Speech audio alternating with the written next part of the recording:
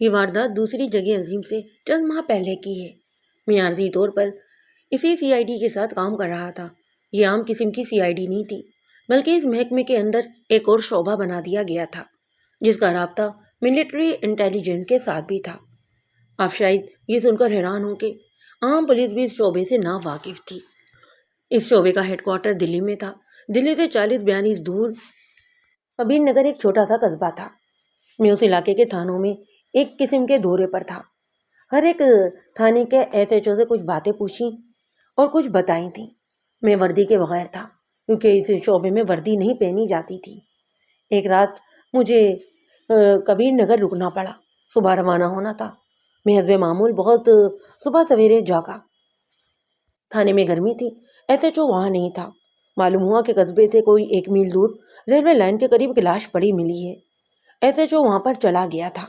میں روانگی کی تیاری کرنے لگا تو ہیڈ کانسٹیبل آ گیا۔ اس نے مجھے کہا کہ شاہد صاحب مجھے جائے واردات پر بلاتے ہیں اور کہتے ہیں کہ میری مدد کے لیے تھوڑی سی دیر کے لیے آ جائیں۔ رام سائے سب انسپیکٹر تھا، میں اسے جانتا تھا، تفتیش میں اناڑی تھا۔ میری جو شامت آئی، میں جائے واردات پر جا پہنچا۔ اگر میں نہ جاتا تو رام سائے ضروری کاغذیں کر کے کوئی ایسا ہی داؤ کھیل جاتا کہ لاش کو لاوارث قرار دے کر دفن کر دیتا۔ اسے غالباً میرا ڈر تھا کہ میں پولیس ہیڈ کوارٹر کا افسر ہوں، اسی لیے نظر رکھوں گا کہ وہ اس واردات کی کارروائی کیا کرتا ہے۔ میں دراصل تفتیش کا جنونی تھا اور یہی جنون مجھے وہاں پر لے گیا اور میں پھنس کر رہ گیا۔ لاش ریلوے لائن سے تقریباً 12 گز دور پڑی ہوئی ملی تھی۔ کپڑوں پر زمین کی رگڑ کے نشانات اور خراشیں وغیرہ یہ بتاتی کہ اسے ریل سے زندہ پھینکا گیا ہے۔ صبح کی روشنی صاف ہو گئی تھی۔ میں نے لاش کا نظری معائنہ کیا۔ گردن پر صاف نشان تھے جو بتاتے تھے کہ اس کا گلا دبا کر مارا گیا ہے۔ اس کی عمر 30 سال سے خاصی کم تھی، 25 اور 30 کے درمیان ہوگی۔ خوب بھرو نوجوان تھا، علاقے کا جنگلی تھا۔ ایک ٹانگ کی پنڈلی گیدڑوں نے کھا لی تھی۔ اگر بھیڑیے آ جاتے تو لاش کی صرف ہڈیاں ہی رہ جاتی۔ میں نے اس کی کوٹ کی جیبوں کی تلاشی لی۔ 2nd کلاس کے 2 ٹکٹ برآمد ہوئے۔ ایک تو کرایہ کا ٹکٹ تھا جس پر امرتسر کلکتہ لکھا ہوا تھا، یعنی وہ امرتسر سے سوار ہوا اور کلکتہ جا رہا تھا۔ دوسرا ٹکٹ سیٹ ریزرویشن کا تھا، اس پر بوگی نمبر اور سیٹ کی اور 2nd کلاس کی نمبر لکھا ہوا تھا۔ کپڑوں سے تو وہ کوئی امیر آدمی نہیں لگتا تھا، لیکن 2nd کلاس کا ٹکٹ یہ بتاتا کہ یہ کوئی معمولی آدمی نہیں تھا۔ 2nd کلاس وہی کلاس ہے جسے آج کل پاکستان میں 1st کلاس کہتے ہیں۔ اس زمانے میں اس 2nd کلاس میں اتنا لمبا سفر وہی کرتا جو سرکاری افسر ہو اور سرکاری خرچ پر ہی سفر کرے، یا کوئی بہت ہی امیر آدمی کی عیاشی کرتا۔ امیر آدمی بھی انٹر کلاس میں سفر کیا کرتے تھے۔ اس زمانے میں ریل گاڑیوں میں بالکل رش نہیں ہوتا تھا۔ انٹر کلاس کو باعزت کلاس سمجھا جاتا۔ 1st کلاس میں انگریز سفر کیا کرتے۔ 2nd کلاس عموماً خالی رہتی، ریزرویشن کی ضرورت ہی نہیں پڑتی تھی۔ رات کو یہاں سے ایک پیسنجر گاڑی بھی گزرا کرتی، لیکن وہ امرتسر سے کلکتہ تک نہیں جاتی تھی۔ اس کے بعد یہ ہوا کہ ایکسپریس گزرتی جو لاہور سے کلکتہ تک جاتی تھی۔ بہت ہی تیز رفتار گاڑی تھی، قصبوں کے اسٹیشنوں پر نہیں رکتی تھی۔ کبیر نگر سے بھی رن تھرو ہوتی۔ اسے اسی گاڑی سے ٹکرایا گیا تھا۔ رام صاحب کی اطلاع کے مطابق وہاں سے اٹورا ایکسپریس رات 1:30 بجے کے قریب گزرتی۔ میں اسے قتل کی ایسی واردات کہہ سکتا تھا جو چلتی گاڑی میں ہوئی۔ قاتل گاڑی میں فرار ہو گئے اور مقتول کی لاش یہاں پھینک گئے۔ یہ واردات ان دنوں رازن اور ڈاکوؤں کی بھی ہو سکتی تھی جو چلتی ریل گاڑیوں میں مسافروں کو لوٹ کر اس ریلوے اسٹیشن کے قریب اتر جاتے جہاں گاڑی رکنے کے لیے آہستہ ہوتی، اور یہ واردات عداوت کا نتیجہ بھی ہو سکتی تھی۔ بہرحال یہ قتل کی معمولی سی واردات تھی جو رام صاحب کی سردری تھی، مگر لاش کی جیب سے ایسی 2 چیزیں ملی جنہوں نے مجھے شک میں ڈال دیا۔ ایک تو ڈیسک تھا جو کیرم کی گوٹیوں کی طرح گول تھا، لکڑی کا بنا ہوا تھا اور روپے کے سکے جتنا تھا۔ اس کے کنارے کے ساتھ سوراخ تھا جس میں 2 چابیاں ایک مضبوط دھاگے سے پروئی ہوئی تھیں۔ اس ڈسک کے درمیان میں کیل یا تیز دھار آلے کی نوک سے نگتا مانند ایک لفظ ماتا کھدا ہوا تھا۔ یہ ایسی چیز تھی جس پر کسی کی نظر نہیں پڑ سکتی تھی۔ لفظ بھی شوق نہیں تھا۔ اس کی جیب سے ایک پڑیا بھی نکلی۔ چھوٹے سے کاغذ میں الائچی کے 8-10 دانے لپٹے ہوئے تھے۔ میں نے کاغذ کھول کر دیکھا تو پینسل سے کاغذ پر ایک تحریر تھی۔ جہاں تک مجھے یاد ہے الفاظ کچھ اس قسم کے تھے: بچوں کا خیال رکھنا، امرتسر میں منڈی تیز ہے، مال کو جلدی بھیج دو۔ اس کے نیچے بھی لفظ ماتا لکھا ہوا تھا۔ اس سے مجھے شک یہ ہوا کہ قتل کی وجہ خواہ کچھ ہی بھی رہی ہو، مقتول میرے شعبے کا ہی ملزم ہے۔ وہ کسی دہشت پسندی کا تقزیب کار کا آدمی تھا۔ تقریباً ہر دہشت پسند تحریک کا ایک خفیہ نشان تھا جس سے اس کے ممبر ایک دوسرے کو پہچانتے تھے۔ مثلاً ایک تحریک کا نشان ریشمی رومال تھا، اور ایک ایسی تحریر جو بگ دھار کہلاتی، اس کا نشان ایک چھوٹا سا پتھر تھا جس میں لکھا ہوتا مدر۔ رومال اور پتھر کا استعمال یہ تھا کہ کسی ممبر سے کہا جاتا کہ فلاں شہر میں فلاں جگہ فلاں وقت پر پہنچو، تمہیں وہاں ایک آدمی ملے گا۔ یہ ممبر اس جگہ جا کر ریشمی رومال ہاتھ میں لے لیتا، یا بگ فائر کا ممبر مخصوص چھوٹا سا پتھر ہاتھ میں اچھالنے لگتا۔ اس کے گروہ کا آدمی جو وہاں انتظار میں موجود ہوتا اس کے قریب آ جاتا، اور خفیہ الفاظ بول کر وہ ایک دوسرے سے واقف اور اپنے مشن پر روانہ ہو جاتے۔ CDI نے متعدد دہشت پسند ریشمی رومال اور پتھر کا دھوکہ دے کر پکڑے تھے، لیکن وہ لوگ اتنے ہوشیار تھے کہ انہیں پکڑنا بہت ہی مشکل تھا۔ لفظ ماتا میرے لیے نیا تھا۔ میں نے سوچا کہ یہ میرے لیے نیا ہو سکتا ہے مگر میرے محکمے کے لیے مانوس ہوگا۔ چنانچہ میں نے لاش کو اپنی تحویل میں لے لیا۔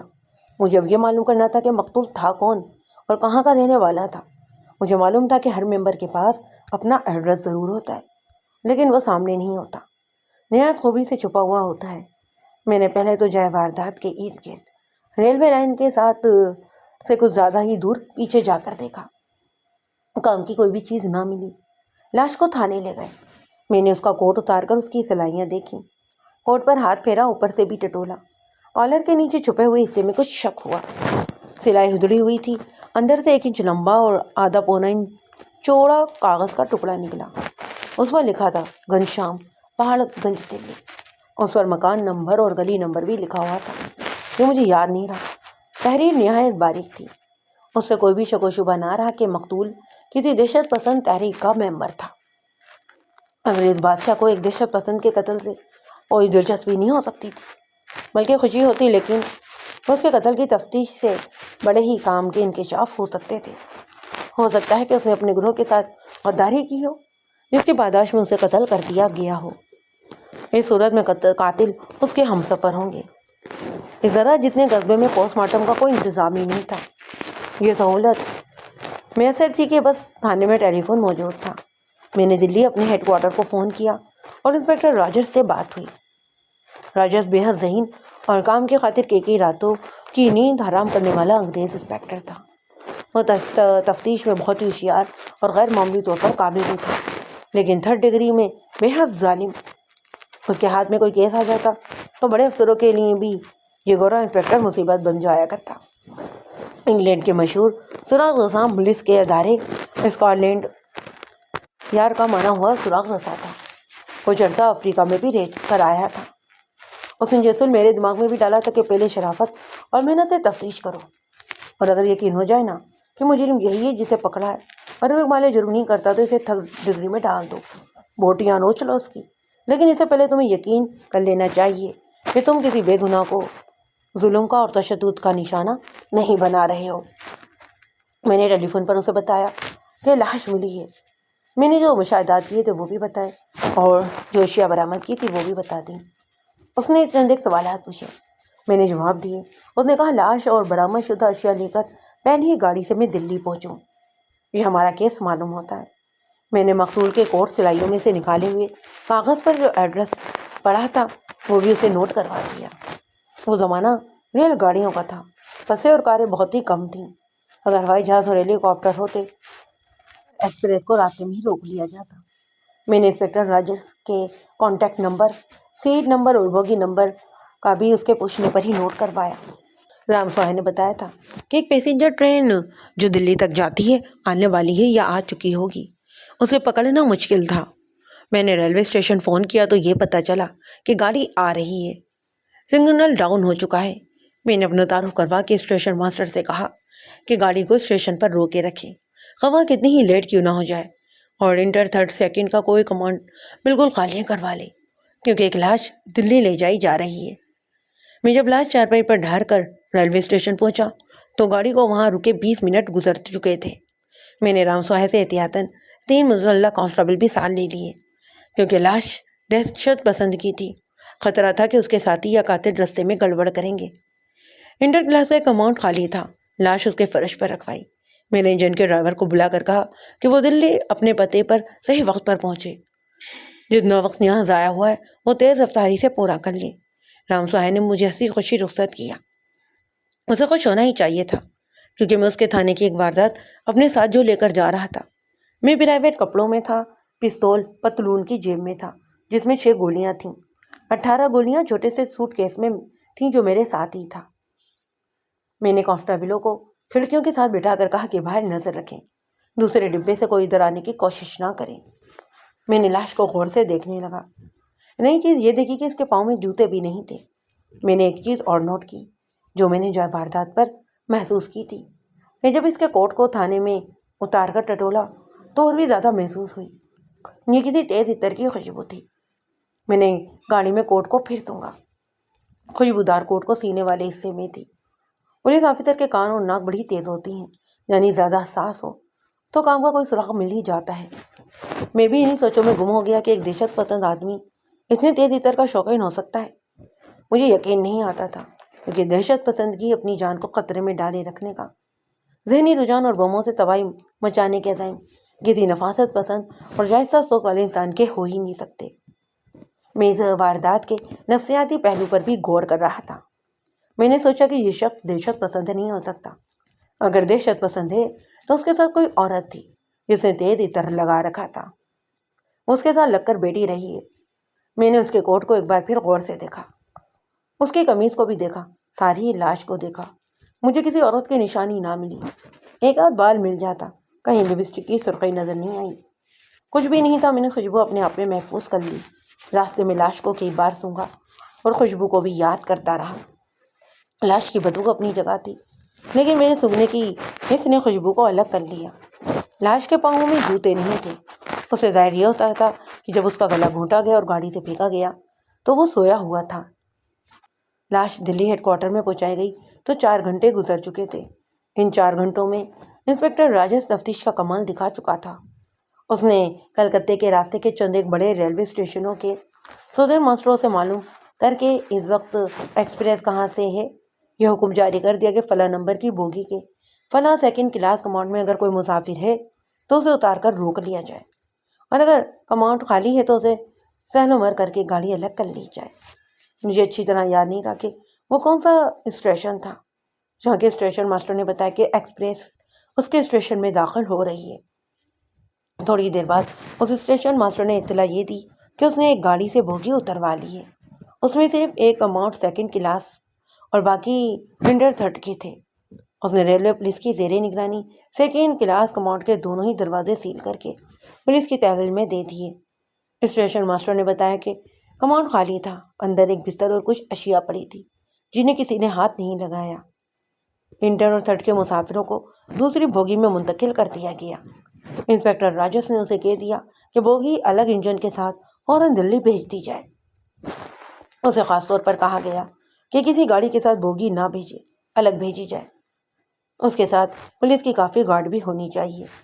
اس انگریز انسپکٹر نے وہاں کی پولیس کو اور اس ضلع کے ڈپٹی کمشنر کو بھی بذریعہ ٹیلی فون کر کے احکام جاری کر دیے۔ میں بتا چکا ہوں کہ اس زمانے میں رش تو بالکل نہیں ہوتا تھا، اور یہ کوئی حیران والی بات بھی نہیں کہ ایک سیکنڈ کلاس کماؤنٹ خالی جا رہا تھا۔ رش نہ ہونے کی وجہ سے تفتیش میں بھی سہولت ہو گئی، اور آج کل بوگی اور کماؤنٹ کوئی مدد نہیں کر سکتے۔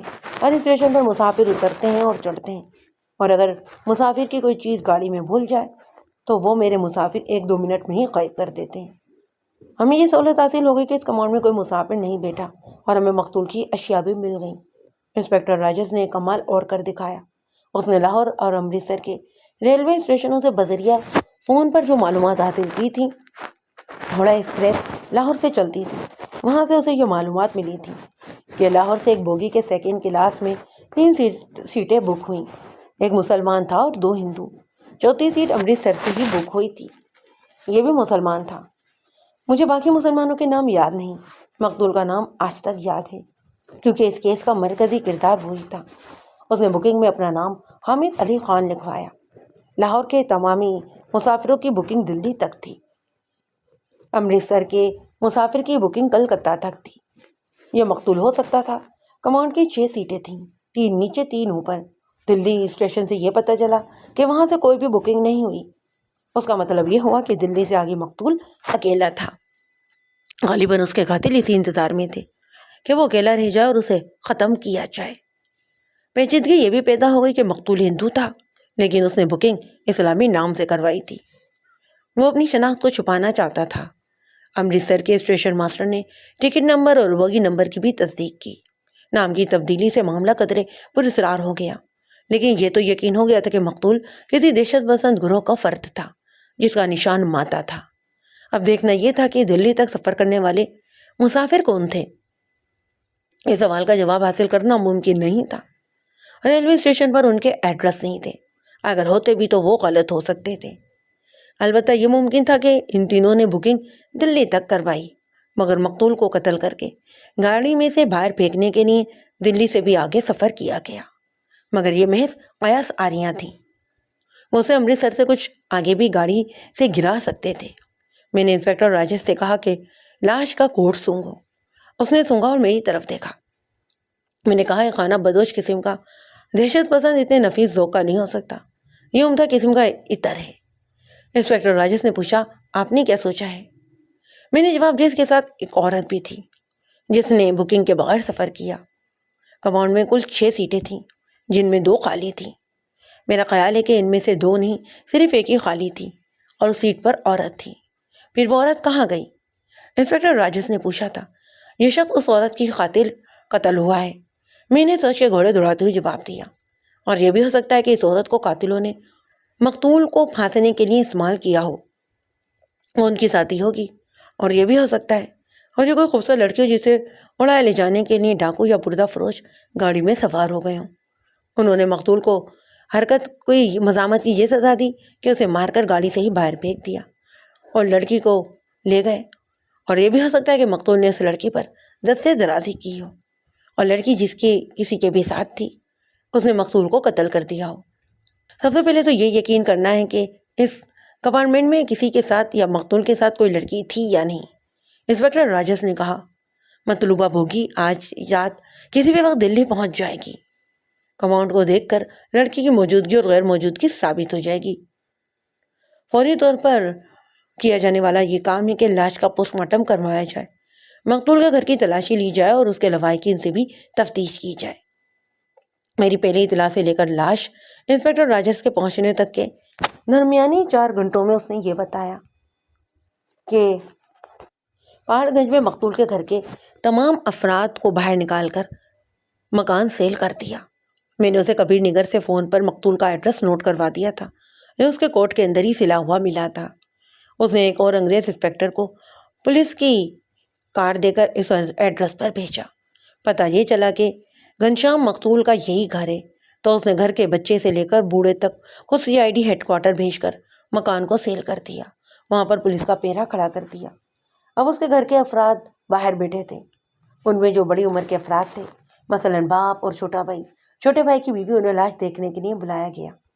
آپ تصور کر سکتے ہیں کہ جوان بیٹی کی لاش کو دیکھ کر ماں اور باپ کا حال کیا ہوا ہوگا۔ چھوٹے بھائی کا رد عمل معمولی سا تھا اور اس کی بیوی پر کچھ اثر نہیں تھا۔ چھوٹے بھائی کی عمر 22-32 سال ہوگی، 22-23 سال ہوگی اور اس کی بیوی سے 2-3 سال چھوٹی ہی معلوم ہوتی ہے۔ لاش کی شناخت ہوئی، اس کا نام گھنشیام ہی تھا۔ لاش پوسٹ مارٹم کے لیے بھیج دی گئی۔ ہندوستان میں فوج اور پولیس کے انگریز افسر روانی سے اردو بولتے اور سمجھتے تھے، نئے افسروں کو بولنے میں ذرا دقت ہوتی۔ انسپکٹر راجس انہی میں سے تھا جو بہت کم اردو بولتا اور سمجھتا تھا، کوشش پوری کرتا۔ ہندوستان میں اسے آئے ہوئے بھی 1 سال بھی پورا نہیں ہوا تھا، ترجمان کے بغیر تفتیش نہیں کر سکتا تھا۔ اس کیس میں اس نے مجھے اپنے ساتھ ہی رکھ لیا۔ ہم تفتیش کے کمرے میں گئے تو اس نے مجھے کہا کہ میں اس کے سوالوں کے علاوہ اپنی طرف سے بھی سوال کروں۔ مجھے بھی ایسی اجازت کی ضرورت تھی، میں تو صرف ترجمانی کے فرائض کا پابند نہیں رہنا چاہتا تھا۔ سب سے پہلے مقتول کے باپ کو بلایا گیا، اس کے تو ہوش ہی اڑے ہوئے تھے۔ میں نے اپنے طریقہ کار کے مطابق اسے تسلی دلاسا دیا اور کہا کہ اس کا بیٹا تو مارا جا چکا ہے، اگر وہ زندہ پکڑا جاتا تو پھانسی کے تختے پر بھی مارا جاتا۔ تمہیں ڈرنے کی ضرورت نہیں، تم اپنے مرے ہوئے بیٹے کے متعلق جو کچھ جانتے ہو نا وہ بتا دو، وہ کیا کرتا ہے، کہاں آتا جاتا تھا۔ اسے ملنے والے لوگ کون تھے، وغیرہ وغیرہ۔ میں نے یہ ساری باتیں انگریزی میں انسپکٹر راجس کو بتائیں۔ باپ نے مقتول کے متعلق بہت سی باتیں بتائیں جو مختصر طور پر یوں تھیں کہ وہ اس کا پہلا بچہ تھا، اس لیے ضرورت سے زیادہ اسے پیار ملا۔ بچپن میں اسے فضول خرچی کی عادت ہو گئی تھی جو باپ نے اپنے ہی ہاتھوں ڈالی۔ اس کے بعد اس کی ایک بہن پیدا ہوئی، پھر اس کا یہ بھائی پیدا ہوا جو یہاں موجود تھا۔ اس کی بہن اپنے سسرال میں تھی۔ اس کے بعد ایک اور بھائی پیدا ہوا جس کی عمر اس وقت 14 سال ہے۔ یہ بہن بھائی پیدا ہوئے تو گھنشیام کی طرف ماں باپ کی توجہ کم ہو گئی۔ باپ کا کاروبار اچھا تھا، روپے پیسے کی کوئی تنگی ہی نہیں تھی۔ باپ اسے پیسے دے کر راضی کرنے کی کوشش کرتا رہتا۔ اسے بیٹا اور بھی زیادہ بگڑ گیا۔ باپ اسے تعلیم دلا کر اپنے کاروبار کو پھیلانے کے لیے استعمال کرنا چاہتا تھا، مگر بیٹا بے لگام ہوتا جا رہا تھا۔ وہ اسکول میں پڑھتا تھا لیکن پڑھنے میں اسے دلچسپی ہی نہیں تھی۔ تاہم 8ویں جماعت تک پہنچ ہی گیا اور اس عمر میں اس نے چھوٹے بہن بھائیوں کی پٹائی شروع کر دی۔ وہ گھر میں وہی حیثیت حاصل کرنا چاہتا تھا جو اسے اس وقت حاصل تھی جب وہ گھر میں اکیلا تھا۔ وہ جوں بڑا ہوتا گیا گھر والوں کے لیے گنڈا بنتا چلا گیا۔ میٹرک کے امتحان میں 2 بار فیل ہوا اور اس نے اپنی تعلیم ترک کر دی۔ یہاں سے وہ آوارگی میں داخل ہو گیا۔ اس کے باپ نے ہاتھ جوڑ کر کہا، مہاراج آپ خفا نہ ہو تو ایک بات پوچھوں، آپ کا مذہب کیا ہے، ہندو، مسلمان یا عیسائی؟ میں نے جھوٹ بولا کہ میں ہندو ہوں۔ میں نے اندازہ کر لیا تھا کہ وہ یہی سننا چاہتا ہے۔ میرا جواب سن کر اس کے چہرے پر اطمینان پیدا ہو گیا۔ کہنے لگا، پھر میں آزادی سے بات کروں گا۔ صاحب بہادر ناراض تو نہیں ہوں گے؟ میں نے انسپکٹر راجس کو بتایا کہ اس آدمی نے کیا کہا ہے۔ یہ ہندو انگریزی نہیں جانتا تھا۔ میں نے اسے بتایا کہ میں نے اسے کہا ہے کہ میں ہندو ہوں۔ انسپکٹر راجس نے مسکرا کر مجھ سے پوچھا، آپ کو معلوم ہے کہ مقتول کی جیب سے جو ڈسک برآمد ہوئی ہے اس پر کھدے ہوئے لفظ ماتا کا مطلب کیا ہے؟ مجھے معلوم نہیں تھا۔ اس نے کہا، باقی دہشت پسند تحریکیں میری دشمن ہیں، یعنی انگریزی راج کی دشمن گرماتا نام کی تحریک تمہاری دشمن ہے۔ یہ تحریک یو پی سے اٹھی اور پنجاب میں پرورش پا رہی ہے۔ اس تحریک کا مقصد یہ ہے کہ ہندوستانوں سے مسلمانوں کا نام و نشان مٹا دیا جائے۔ اس میں صرف ہندو اور سکھ ہیں۔ یہ بھی قیاس ہے کہ موتی لال نہرو، جواہر لال نہرو، بھارت کا پہلا وزیر اعظم، سردار پیٹیل اور اس طرح کے ہندو لیڈروں نے یہ تحریک شروع کروائی ہے۔ ظاہری طور پر وہ ہندو مسلم بھائی بھائی کا پروپیگنڈا کرتے ہیں، لیکن در پردہ وہ مسلمانوں کو ہندو مذہب میں جذب کر لینا چاہتے ہیں۔ سو ماتا سے ان کی مراد بھارت ماتا ہے، جسے وہ صرف ہندوؤں کا ہی ملک سمجھتے ہیں۔ انسپکٹر راجس بہت ہی ذہین آدمی تھا۔ اس نے پوری معلومات حاصل کر رکھی تھی۔ اس نے کہا، ہمارے خفیہ ذرائع نے ہمیں بتایا کہ ماتا تحریک کا دائرہ عمل وسیع کر کے اسے حکومت کے خلاف بھی استعمال کیا جائے گا۔ معلوم یہ بھی ہوا ہے کہ بڑے بڑے دولت مند ہندو تاجر اس تحریک کو مالی امداد دے رہے ہیں، اور آپ نے بھی اچھا کیا ہے کہ اسے یہ بتایا کہ آپ ہندو ہیں۔ اسے ڈراؤ بھی اور مسلمانوں کے خلاف گرماؤ بھی۔ یہ کارآمد باتیں بھی بتا سکتا ہے۔ صاحب بہادر کہتے ہیں کہ انگریز بھی مسلمانوں کے دشمن ہیں۔ میں نے مقتول کے باپ سے کہا، تم جو کچھ کہنا چاہتے ہو بے خوف ہو کر کہو۔ اس نے روتے ہوئے کہا، میری کسی کے ساتھ دشمنی نہیں ہے مہاراج۔ جس کا اپنا ہی بیٹا دشمن ہو جائے وہ باپ کسی سے کیا دشمنی کرے گا؟ میں صرف یہ کہنا چاہتا ہوں کہ وہ جوان ہوا تو مسلمانوں کا دشمن ہو گیا۔ وہ اپنے ہی جیسے دوستوں کو گھر بھی لاتا۔ بہت دیر تک وہ اپنے کمرے میں بیٹھے بحث مباحثہ کرتے رہتے کہ مسلمانوں کو ختم کرنے کے لیے کون کون سے طریقے اختیار کیے جائیں۔ میں ڈرتا تھا کہ یہ چھوکرے مسلمانوں کے ہتھے چڑھ گئے تو ان کی لاشیں بھی گم کر دیں گے۔ مسلمانوں کو تو آپ جانتے ہی ہیں مہاراج، گوشت کھانے والی قوم ہے، اس ملک پر حکومت بھی کر چکی ہے۔ کسی کو قتل کر دینا ان کے نزدیک کچھ بھی کام نہیں۔ اس نے مجھے نہیں بتایا کہ میرے بیٹے کو کس نے قتل کیا ہے، پر مجھے صلاح یقین ہے کہ اسے مسلمانوں نے ہی قتل کیا ہے۔ میں اسے منع کیا کرتا کہ مسلمانوں اور سکھوں سے دشمنی نہیں مول لینا۔ آپ کو معلوم ہے کہ دلی میں پٹھان اور پنجابی میں مسلمان ہیں، ان سے بھلا ہم دشمنی مول لے سکتے ہیں؟ وہ آپ نے بتایا کہ وہ گھر سے کئی دن غائب رہنے لگا تھا اور گھر سے پیسے بھی لے لیتا۔ 4-5 سال کے عرصے میں وہ ہاتھ سے بالکل ہی نکل گیا۔ باپ نے اسے سمجھانے بجھانے کی بہت کوشش کی تو ایک روز دلی کے پنڈت قسم کے 4 آدمی اس کے گھر آئے۔ انہوں نے باپ کو سمجھانے کے لیے لیکچر دیا کہ ان کا بیٹا جو کام کر رہا ہے وہ دھرم والا ہے، یعنی مذہبی جنگ ہے جسے ہم جہاد کہتے ہیں۔ انہوں نے باپ کو قائل کرنے کی بہت کوشش کی کہ ہندوستان میں اسلام کو ہندو مذہب میں جذب کر لینا بہت ضروری ہے۔ انہوں نے یہ دلیل بھی دی کہ مسلمان پیدائشی سپاہی ہے، انہیں جب کبھی موقع ملا انگریزوں کے خلاف اٹھ کھڑے ہوں گے، اور اگر انہوں نے انگریزوں سے ملک لے لیا تو وہ ایک بار پھر ہندوستان کے بادشاہ بن جائیں گے۔ انہوں نے جس طرح اپنے دور حکومت میں لاکھوں ہندوؤں کو مسلمان بنا دیا تھا، اسی طرح وہ ہندوستان کے تمام ہندوؤں کو مسلمان بنا دیں گے۔ ان شعراء و لیڈروں نے بتایا کہ ہندوستان بھارت ماتا ہے، جس پر مسلمان معیشت کی حکومت قائم ہو گئی تو بھارت ماتا کا اتیاچار یعنی کہ توہین ہوگا۔ اسی لیے اپنے نوجوان بیٹے کو اس تحریک ماتمی میں شامل ہونے سے نہ روکوں، اگر روکو گے تو پاپی کہلاؤ گے۔ باپ نے انہیں کہا کہ سب سے بڑا پاپی تو اس کا بیٹا ہے، جس کی آنکھ میں ماں کی عزت ہے نہ ہی باپ کی۔ بے لگام گھوڑے کی طرح وہ معلوم نہیں کہاں کہاں بھاگتا پھر رہا ہے۔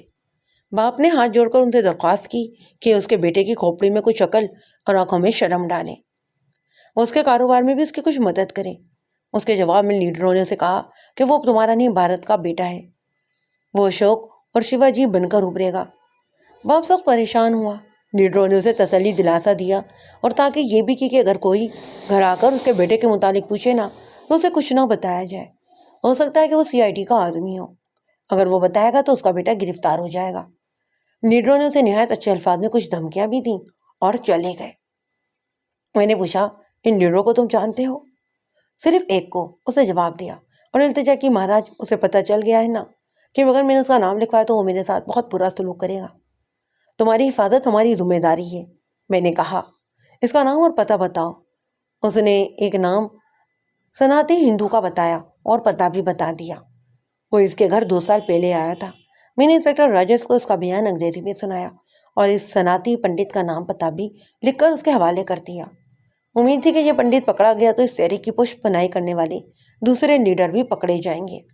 میں نے مقتول کے باپ سے پوچھا کہ مقتول کے تعلقات کسی لڑکی کے ساتھ تھے؟ اس نے جواب دیا کہ اسے باہر کی زندگی کے متعلق کچھ زیادہ واقفیت نہیں، اس نے شادی سے انکار کر دیا تھا۔ گزشتہ 3.5 سالوں سے وہ پورا مہینہ گھر سے غیر حاضر رہتا، 3-4 دنوں کے لیے گھر آتا اور پھر غائب ہو جاتا۔ ماں نے بھی، باپ نے بھی اور بڑی بہن نے بھی اسے شریفانہ زندگی گزارنے کو کہا، رو رو کر اس کی منتیں کی، لیکن وہ سیدھے راستے پر نہیں آیا۔ اس دوران اس کے چھوٹے بھائی کی شادی ہو گئی۔ مقتول اپنے بھائی کی شادی پر بھی گھر نہیں آیا تھا، وہ گنڈا بن چکا تھا۔ گھر کے تمام افراد اس سے اب ڈرنے لگے۔ باہر سے انہیں یہ پتہ چلا تھا کہ وہ شراب پیتا ہے اور کنجریوں کے پاس بھی جاتا ہے۔ انسپکٹر راجرز نے اس پر بہت جرأت کی۔ میں نے بھی اس پر سینکڑوں سوال کر ڈالے، لیکن اس سے کام کی کوئی بات اگلوائی نہ جا سکی۔ اس سوال کے جواب میں اب کہ وہ گھر سے کب غیر حاضر تھا، باپ نے بتایا کہ اسے گھر سے نکلے ہوئے 20 روز ہو گئے۔ انسپکٹر راجرز نے اسے باہر بھیج دیا اور مجھے کہا، معلوم نہیں اس بوڑھے کے متعلق آپ کی رائے کیا ہے، پر میری رائے یہ ہے کہ اس نے سچ بولا ہے اور اس کے علاوہ وہ اور کچھ نہیں جانتا۔ یہ میرا مشاہدہ ہے کہ ہندوستان کے لوگ بلا وجہ بھی جھوٹ بولتے ہیں، لیکن فوراً پتہ چل جاتا ہے کہ وہ جھوٹ بول رہے ہیں، کیونکہ ان کے چہرے کا تاثر اور آنکھوں کی حرکت بدل جاتی ہے۔ میرے ملک کے مجرم جب جھوٹ بولتے ہیں تو دلیر ہو کر بولتے ہیں، چہرے پر کوئی تبدیلی ہی نہیں آنے دیتے۔ اس بوڑھے نے جھوٹ نہیں بولا تھا۔ اب ہمارے سامنے مقتول کا چھوٹا بھائی بیٹھا تھا۔ میں نے اسے پہلی بار یہ پوچھی کہ اپنے بڑے بھائی کی لاش کو دیکھ کر وہ اپنے باپ کی طرح رویا کیوں نہیں۔ اس نے بے پرواہی سے جواب دیا، مجھے اس کے مرنے کی خوشی ہے۔ یہ کہہ کر اس کا چہرہ سرخ ہو گیا۔ اس نے کہا، مجھے اس بات پر اور بھی زیادہ خوشی ہے کہ وہ مرا نہیں، مارا گیا ہے۔ میں سمجھا کہ اس کے دل میں بھائی کے خلاف یہی شکایت ہوگی جو اس کا باپ تفصیل سے بیان کر کر گیا تھا۔ میں نے اسے کہا کہ تمہارے دل میں جو کچھ ہے وہ کھل کر بیان کر دو، ہندوؤں سے ڈرنے کی کوئی ضرورت نہیں۔ کیا تم انگریزی بول سکتے ہو؟ اس نے جواب دیا، میٹرک پاس ہوں، لیکن انگریزی بولنے کا کبھی کوئی موقع نہیں ملا۔ باپ کے ساتھ کاروبار کرتا رہا ہوں جہاں اردو اور پنجابی چلتی ہے۔ میں نے اس کے ساتھ جو باتیں کی اور اس نے جو کچھ کہا تھا وہ انگریزی میں انسپکٹر راجرز کو سنایا۔ اس نے پوچھا، کیا تم اس کی باہر کی سرگرمیوں کے متعلق کچھ بتا سکتے ہو؟ اس نے جواب دیا، میں اتنا ہی جانتا ہوں کہ وہ ایک خفیہ تحریک کا ممبر تھا، مجھے بھی اس میں شامل ہونے کے لیے کہتا رہتا، لیکن میں نے اس کی یہ بات نہیں مانی تھی۔ انسپکٹر راجرز نے پوچھا، تحریک کیا ہے؟ اس نے تو مجھے ضرور بتایا ہوگا کہ تحریک کے ممبر کیا کرتے ہیں۔ اس نوجوان نے بتایا، ہاں، اس نے بتایا تھا پہلے وہ کسی ایسے گروہ میں شامل ہوا تھا جو انگریزوں کے خلاف خفیہ طور پر کام کر رہا تھا۔ پھر اس نے مجھے اور ایک گروہ کے متعلق سنانا شروع کر دیا۔ کہا کرتا تھا کہ ہمارا پہلا دشمن مسلمان ہے، اس لیے مسلمانوں کو ختم کرنا ضروری ہے۔ وہ مجھے مسلمانوں کے خلاف بھی بھڑکاتا رہتا، کہتا تھا کہ تم اس گروہ میں شامل ہو جاؤ تو سارے ہندوستان کی سیر کرو گے، کوئی پریشانی بھی نہیں ہوگی، مسلمانوں کو تباہ کرنا بہت بڑی نیکی ہے۔ میں نے پوچھا لیکن وہ مسلمانوں کو کس طریقے سے ختم کرنا چاہتا تھا؟ اس کے ساتھ اور لوگ کون تھے؟ اس نے جواب دیا، میں نے یہی سوال کئی مرتبہ پوچھا لیکن اس نے کبھی نہیں بتایا۔ کہتا تھا کہ اس گروہ کے لوگ ایسی باتیں زبان پر لایا نہیں کرتے، ممبر ایک دوسرے کو جانتے ہی نہیں۔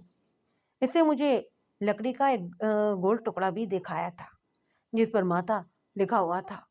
اس نے یہ بھی بتایا تھا کہ وہ جب گھر سے زیادہ دنوں کے لیے غیر حاضر ہوتا ہے تو امرتسر اور لاہور چلا جاتا ہے، جہاں اس کے گروہ کے چند ایک آدمی اس کی خوب آؤک بغت کرتے ہیں اور شہزادوں کی طرح رکھتے ہیں۔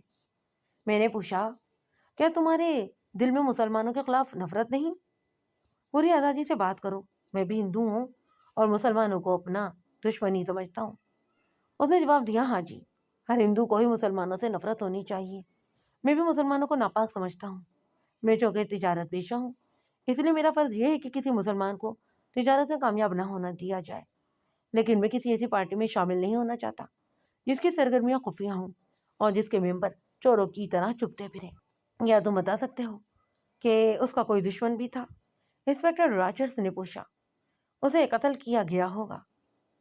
اس نے کہا، میں کسی کا نام نہیں بتا سکتا، اس کے دشمن بھی کئی ہوں گے۔ رائے یہ ہے کہ کسی مسلمان کو پتہ چل گیا ہوگا کہ گھنشیام مسلمانوں کے خلاف خفیہ کارروائیاں کر رہا ہے، تو اس نے اسے قتل کر دیا۔ اور میرا دوسرا شک یہ ہے کہ اس کا چال چلن بھی کچھ ٹھیک نہیں تھا، اس نے کسی کی بیوی یا بہن پر ہاتھ ڈالا ہوگا اور قتل ہو گیا۔ اس کے جواب پر میں اور انگریز انسپکٹر نے اس پر سوالات کیے اور اتنی زیادہ جرح کی کہ یہ نوجوان بے حال ہو گیا۔ اس کا رنگ پیلا پڑ گیا اور اس کے ہونٹ بھی خشک ہو گئے۔ ہم اس سے یہ کہہ رہے تھے کہ وہ عملی مثال دے کر واضح کرے کہ اس کا چال چلن ٹھیک نہیں۔ آخر اس نے پریشان ہو کر بتایا، اس نے میری بیوی کو خراب کیا ہے۔ اس نے بتایا کہ وہ 2 روز کے لیے کاروبار کے سلسلے میں باہر گیا ہوا تھا۔ گھنشیام آیا اور رات کو اس کی بیوی کے کمرے میں چلا گیا۔ لڑکی رات میں کمرے میں اکیلی تھی، ماں باپ دوسرے کمروں میں تھے۔ لڑکی کو چاقو دکھا کر اور قتل کی دھمکی دے کر اس نے لڑکی کو خراب کیا۔ یہ واقعہ اس کے قتل سے 1 سال پہلے کا ہے، اس لیے بے شک بے بنیاد تھا کہ چھوٹے بھائی نے اسے قتل کیا ہوگا۔ بیوی نے اپنے خاوند کو بتایا، خاوند نے اپنے باپ کو بتایا اور بات گول ہو گئی۔ اس سے پتہ یہ چلا کہ مقتول بد چلن بھی تھا اور دلیر بھی، اس میں دہشت پسندی کے اوصاف بھی موجود تھے۔ دن بھر کی جھک جھک سے کچھ بھی حاصل نہ ہوا، سوائے اس کے کہ مقتول مسلمانوں کو ختم کرنے والے دہشت پسند گروہ کا ممبر تھا اور بد چلن بھی۔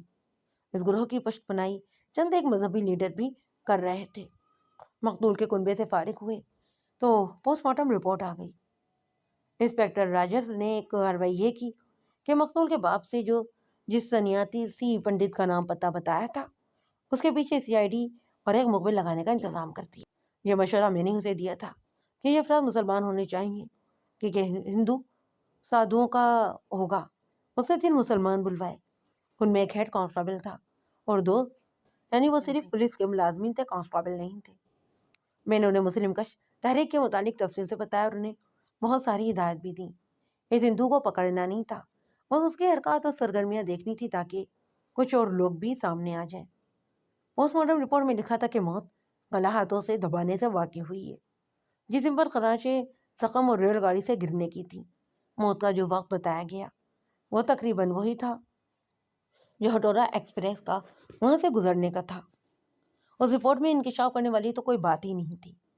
مقتول کے خاوند کے 2 افراد کو ساتھ لے کر ہم اس کے گھر گئے اور گھر کا کونا کھونا چھان مارا، ہر ایک صندوق اور سوٹ کیس اور برتن بھی دیکھا، کچھ بھی نہ ملا۔ انگریز انسپکٹر نے بھی لاش گھر اور مقتول کے لواحقین کے حوالے کر دی۔ ہم نے انہیں اتنی سختی سے بتایا کہ اگر کہیں سے بھی ہمیں کوئی دھمکی ملے یا اس کے یہاں کوئی اجنبی آئے تو فوراً ہی اطلاع کر دیں۔ انہیں یہ بھی بتایا گیا کہ اگر کسی سے ذکر تک نہ کریں کہ ہم نے ان سے کچھ پوچھا ہے۔ ہم نے وہاں پولیس کا پیرا بھی بٹھا دیا، لیکن بغیر وردی افراد کا پیرا لگایا جنہیں نظر رکھنی تھی کہ گھر میں آتا کون ہے اور جاتا کون ہے۔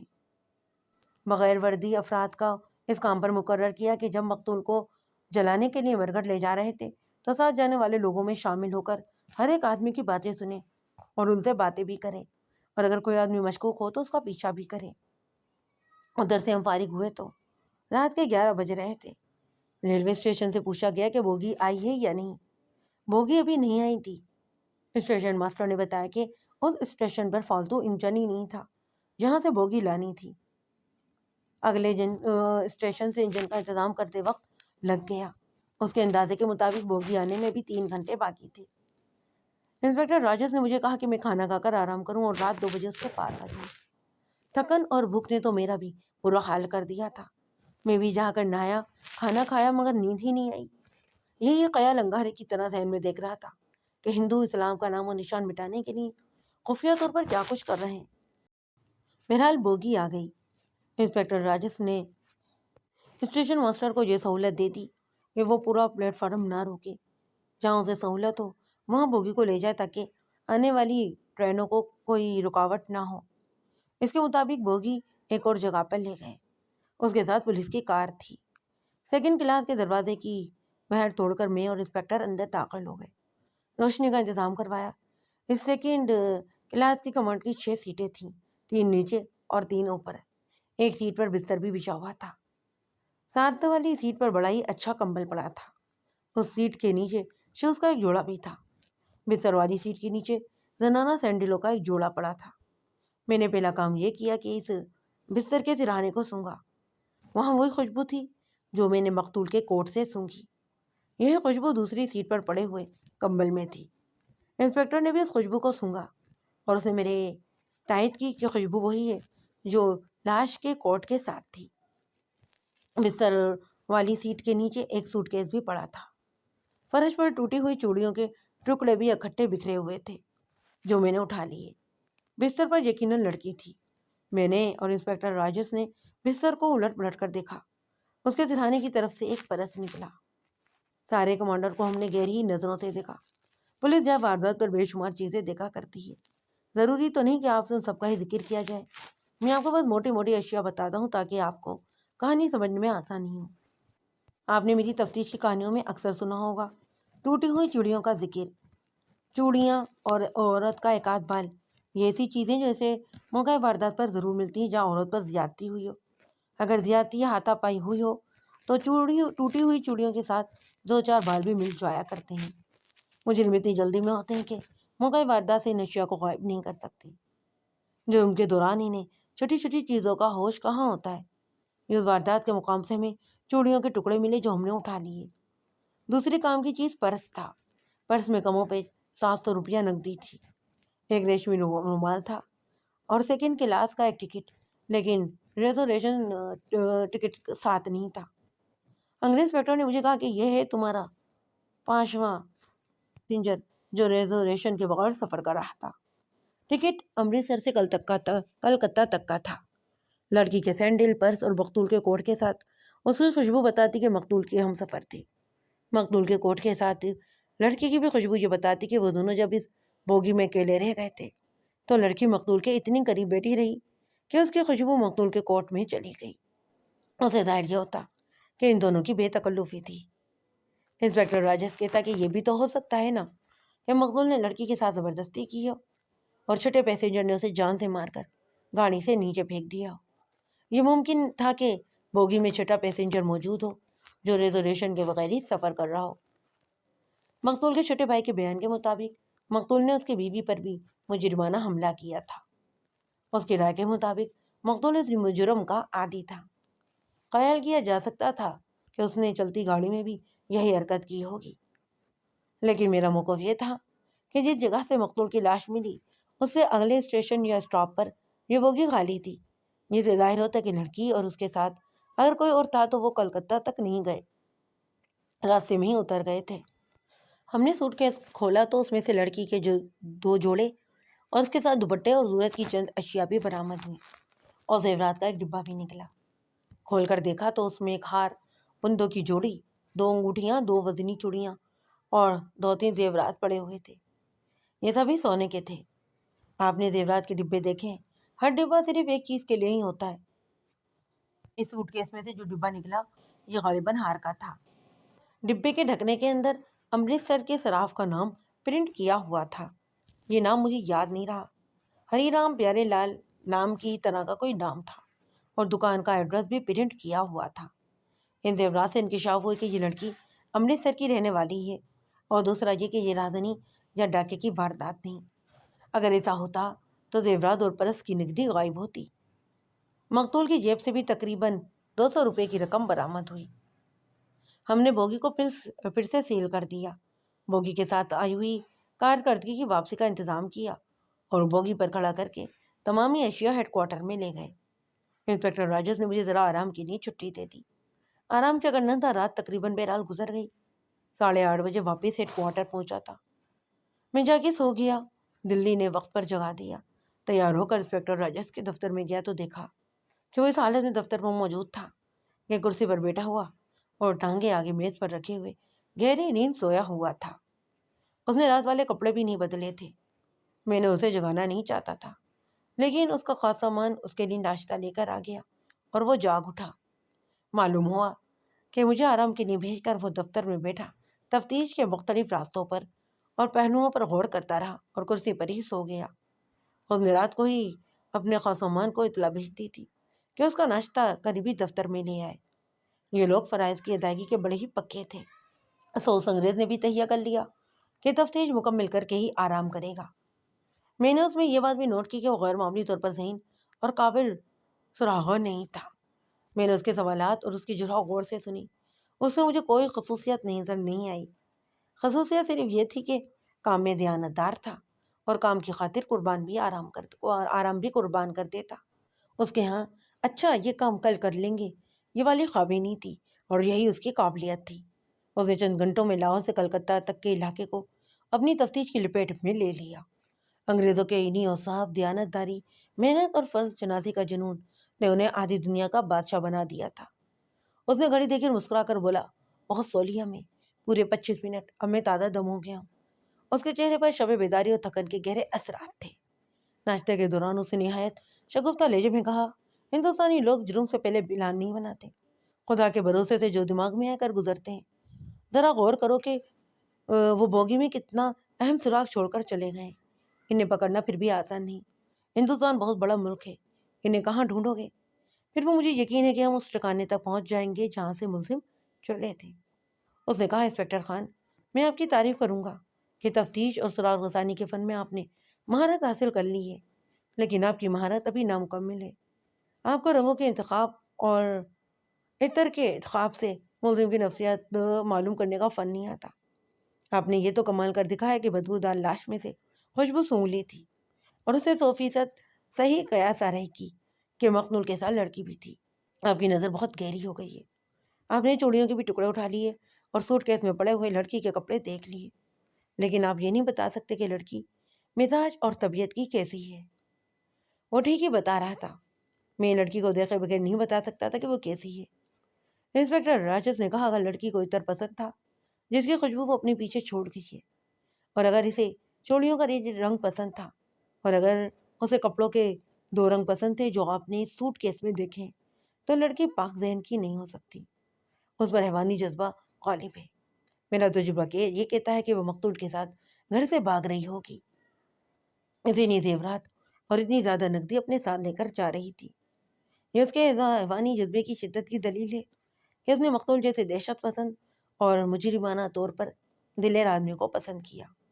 ہندوستانی لوگ تیز رنگ پسند کرتے ہیں، یہ ان کی انتہا پسندی کا ثبوت ہے۔ جوش میں اگر انتہائی خطرناک کام یا جرم کروائی کر گزرتے ہیں اور پھر پچھتانے بھی بیٹھ جاتے ہیں۔ وہ جرم اور پچھتاوے کے درمیانی راستے کو قبول ہی نہیں کرتے۔ اب ہمیں یہ دیکھنا ہے کہ لڑکی جذبات سے مرکوب ہو کر مقتول کے ساتھ جا رہی تھی یا وہ بھی ماتا کی ہی دہشت پسند ممبر تھی، یا شاید اس کے ساتھ کسی مشن پر جا رہی تھی۔ بہرحال یہ بھی پیش نظر رکھیں کہ لڑکی مقتول کی ہی طرح بے لگام ہے، وہ نارمل ذہن کی لڑکی نہیں۔ اگر یہ واردات عام قتل کی نکلی تو مجھے مایوسی ہوگی، میں نے کہا۔ میں اس گروہ کے زیادہ سے زیادہ افراد کو پکڑنے اور انہیں کالا پانی بھجوانے کے لیے بےتاب ہوں۔ آپ مجھے جذباتی کہہ لیں پر میں آپ کا ملازم ہوں، میری وفاداری میں آپ کو شک نہیں ہوگا، لیکن میں یہ نہیں بول سکتا کہ میں مسلمان ہوں۔ یہ لوگ میری اور میرے مذہب کے دشمن ہیں۔ آپ بے شک اپنا فرض ادا کر رہے ہیں، مگر میں سمجھتا ہوں جیسے آپ میرے دشمنوں کو پکڑنے میں میری مدد کر رہے ہیں۔ میں آپ کے سامنے اعتراف کرتا ہوں کہ یہ کیس میرے ذاتی وقار کا بھی مسئلہ ہے، میرے اپنے جذبات بھی آپ سے ملتے جلتے ہی ہیں۔ اس نے کہا، میں بھی سلطنت برطانیہ کا محافظ ہوں۔ میں جب ہندوستان کے لیے تیار ہو رہا تھا تو مجھے یہاں کی مختلف قوموں کے متعلق تفصیل سے بتایا گیا۔ مسلمانوں کے متعلق بتایا گیا کہ یہ سپاہیوں کی قوم ہے، زبان سے کم اور ہاتھوں سے زیادہ بولتی ہے۔ اس نے اس قسم کی کچھ اور باتیں کی، گھڑی دیکھ کر کہنے لگا، اوہ ہم دونوں ہی جذباتی ہو گئے، آپ فوراً اپنا بستر اور اٹیچی وغیرہ اٹھا کر لے آئیں، ڈی ایس پی سے ایک کانفرنس کرنی ہے اور اس کے فوراً ہی بعد ہمیں امرتسر کے لیے روانہ ہونا ہے۔ اب ہماری تفتیش امرتسر لاہور میں ہوگی۔ میں تیاری کے لیے اپنے کوارٹر میں گیا، ضروری سامان اٹھا کر واپس آ گیا تو انسپیکٹر تیار تھا۔ اس نے دفتر میں ہی شیپ بنائی، اس کا سامان بھی آ گیا تھا۔ ایک انگریز ڈی ایس پی اور ایک انگریز انسپیکٹر راجرز کے کمرے میں آ گئے۔ وہیں پر ہماری چاروں کی کانفرنس شروع ہوئی۔ انسپیکٹر نے واردات اور تفتیش کی انہیں تفصیل سنائی، برآمد شدہ اشیاء بھی سب کو دکھائیں اور تفتیش کا اگلا مرحلہ واضح کیا جس پر ہم روانہ ہو رہے تھے۔ ڈی ایس پی بوڑھا انگریز تھا۔ اس نے ہمیں بتایا کہ گروہ جو ماتا کہلاتا ہے ابھی پوری طرح سامنے نہیں آیا، یہ بھی ابتدائی مرحلوں میں ہے۔ ان کی یہ زیر زمین کارروائیوں کا زیادہ تر نشانہ مسلمان ہیں، لیکن یہ حکومت کو بھی پریشان کریں گے۔ انہیں ختم کرنا اس لیے بھی ضروری ہے کہ کوئی نہ کوئی دہشت تحریک انہیں اپنے ساتھ ملا لے گی، اور یہ خطرہ بھی موجود ہی ہے کہ جرمنی کے تباہ کار جاسوس بھی انہیں استعمال کریں گے۔ آپ لوگ اس واردات کو صرف قتل کی ہی واردات نہ سمجھیں۔ ڈی ایس پی نے ہمیں بہت ساری ہدایت دیں۔ دوسرے انگریز انسپیکٹر نے بھی کچھ مشورے دیے۔ ڈی ایس پی نے بتایا کہ وہ امرتسر سے لاہور کے ڈپٹی کمشنر کو اور فوج کے اعلیٰ افسروں کو بذریعہ فوج ہمارے متعلق بتا دے گا۔ اس میں انگریز انسپیکٹر نے گھڑی دے کر کہا کہ ٹرین کا وقت ہو گیا ہے۔ اس نے صبح سویرے ریلوے اسٹیشن والوں سے فون پر کہہ کر فرسٹ کلاس کی 2 سیٹیں بک کروا لی تھیں۔ ہم نے اپنا سامان اور تیار شدہ اشیاء جن کی ہمیں ضرورت تھی ساتھ لے لیں اور ریلوے اسٹیشن پہنچے۔ امرتسر کے ڈپٹی کمشنر نے ریلوے اسٹیشن پر ہمارے استقبال کے لیے ایک نمائندہ اور ایک انگریز پولیس انسپیکٹر بھی بھیج دیا۔ ہمارے ڈی ایس پی کی ہدایت کے مطابق وہاں ہماری رہائش کا خفیہ انتظام بھی کر دیا گیا۔ ہم وردی میں نہیں تھے، نہ ہی ہم نے وردی پہنی تھی۔ یہ انتظام بھی کروا لیا کہ ہم جہاں بھی جائیں گے پستولوں سے مسلح لیکن بغیر وردی پولیس کے ہوشیار اور ذہین افراد ہمارے ارد گرد موجود رہیں گے۔ خطرہ یہ تھا کہ دہشت پسند کہیں نہ کہیں ہم پر وار کر دیں گے۔ ان کا وار خفیہ ہوتا تھا۔ ہم نے ممکن حد تک اس کی پیش بندی کر لی۔ ہم نے تفتیش کا آغاز ریلوے اسٹیشن سے کیا۔ اسٹیشن ماسٹر کو گاڑی کا دن اور وقت بتا کر ہمیں یہ معلوم کرنا ہے کہ یہاں سے ایک عورت سیکنڈ کلاس میں سوار ہوئی تھی۔ کیا اس نے سیٹ اپنی بک کروائی تھی یا نہیں؟ وہ کون تھی؟ اسٹیشن ماسٹر نے بکنگ کلرک کو بلایا۔ ہم نے اس کے سامنے یہ مسئلہ رکھا۔ اس نے اپنا ریکارڈ دیکھا، ذہن پر زور دیا اور بتایا کہ حامد علی خان کے نام کے ایک آدمی نے 2 روز پہلے سیکنڈ کلاس کا ٹکٹ خریدا اور اس کے لیے یہ سیٹ بک کی گئی تھی۔ جس تاریخ کی اس کی یہ سیٹ بک تھی اسی روز ایک لڑکی نے ہاوڑا ایکسپریس کے آنے سے 2-2.5 گھنٹے پہلے سیکنڈ کلاس کا ایک ٹکٹ خریدا۔ یہ دونوں ہی ٹکٹ امرتسر سے کلکتہ تک کے تھے۔ میں نے لڑکی کے پاس سے برآمد کیا ہوا ٹکٹ بکنگ کلرک کے ریکارڈ سے ملایا۔ اسے یہی ٹکٹ دیا گیا تھا۔ بکنگ کلرک کو یہ لڑکی اس لیے اچھی طرح یاد تھی کہ ابھی 3-4 دن ہی تو گزرے تھے، اور وجہ یہ بھی تھی کہ ان دنوں سیکنڈ کلاس کا کوئی مسافر اکا دکا ہی ہوتا۔ تیسری وجہ یہ تھی کہ وہ لڑکی تھی جو اس کے کہنے کے مطابق جوان اور خوبصورت اور شوق تھی۔ تیسری وجہ یہ بھی تھی کہ بکنگ کلرک نے لڑکی سے کہا تھا کہ اتنے لمبے سفر کے لیے وہ سیٹ بک کروا لے تاکہ راستے میں اسے کوئی تکلیف نہ ہو، لیکن لڑکی نے کہا تھا کہ ریزرویشن میں وقت لگے گا اور اسے اسی گاڑی سے جانا ہے۔ میں آپ کو بتا چکا ہوں کہ اس زمانے میں گاڑیوں میں رش ہی نہیں ہوتا تھا۔ ہم نے اس شام کی ڈیوٹی والے ریلوے اسٹاف کو بھی بلا لیا۔ وہ نہایت کارآمد باتیں بتا رہے تھے۔ ایک نے بتایا کہ اس نے حامد علی خان کے مسافر کو ساتھ لے جا کر اس کی سیٹ والا بوگی بھی دکھایا تھا۔ اس وقت اس بوگی میں 3 اور مسافر تھے۔ ہمارے پوچھنے پر ہمیں بتایا گیا کہ پلیٹ فارم پر بہت ہی تھوڑے سے لوگ تھے۔ گاڑی شام میں اندھیری ہونے کے بعد امرتسر پہنچی۔ مجھے صحیح وقت یاد نہیں رہا۔ اسٹاف کے ایک آدمی نے بتایا کہ اس نے لڑکی کو دوڑ کر سیکنڈ کلاس کی بوگی میں سوار ہوتے دیکھا۔ اس نے یہ بھی دیکھا کہ دوسک اس کے قریب ہی کھڑے تھے۔ ایک نے کہا وہ جا رہی ہے۔ وہ دونوں ہی دوڑ پڑے، لیکن گاڑی تیز ہو چکی تھی، اسی لیے وہ چھٹی یا 7ویں بوگی کے 3rd کلاس کموڈ میں داخل ہو گئے۔ یہ آدمی ان دونوں سکھوں کو نہیں پہچان سکا۔ اس نے اپنے ایک ساتھی کو بتایا کہ اس نے یہ تماشا دیکھا ہے، اور وہ اپنے ساتھی کے ساتھ اس پر تبادلہ خیالات بھی کرتا رہا کہ یہ معاملہ کیا ہو سکتا ہے۔ اسٹاف کے چند اور آدمیوں نے بھی لڑکی کو دیکھا تھا، لیکن اسے جانتا پہچانتا کوئی بھی نہیں تھا۔ ہم نے ریلوے اسٹاف سے کہا کہ وہ کلی اور دیگر افراد سے بھی پوچھتے ہیں کہ ان میں کوئی اس لڑکی کو پہچانتا ہے۔ امرتسر کے پولیس کے مخبر بھی ہمارے بلانے پر آئے ہوئے تھے۔ ان کے صبح ہم نے یہی کام کیا کہ معلوم کریں کہ وہ لڑکی کون تھی۔ میں اور انسپکٹر راجہ صرف سونے کی دکان پر چلے گئے۔ زیورات کے ڈبے کے اندر اس کا نام پرنٹ کیا ہوا تھا۔ ہم نے اپنا تعارف کروایا اور اسے بتایا کہ وہ پوری دیانتداری سے ہماری مدد کرے اور کوئی بھی بات چھپانے کی کوشش نہ کرے، ورنہ نتیجہ اسے ہی بھگتنا پڑے گا۔ میں نے ڈبہ کھول کر اس کے آگے رکھ دیا اور کہا کہ یہ زیورات اسی کی دکان کے بنے ہوئے ہیں، ان کا خریدار کون تھا؟ اس نے زیورات کو ایک نظر دیکھ کر کہا کہ یہ تو اسی کی دکان کا مال ہے، لیکن اسے گاہک یاد نہیں آ رہا۔ اس نے اپنا رجسٹر اور کاغذات دیکھے اور یاد کرنے کی بھی کوشش کی کہ آخر اس نے کہا کہ یہ کم و بیش 1 سال پہلے فروخت ہوئے ہیں۔ اس نے یہ بھی بتایا کہ بالکل ڈیزائن اور وزن کے 4 ہار اور بالکل ایسی ہی چوڑیاں جو دراصل کڑے تھے اس نے 4 گاہکوں کے ہاتھ فروخت کی ہیں۔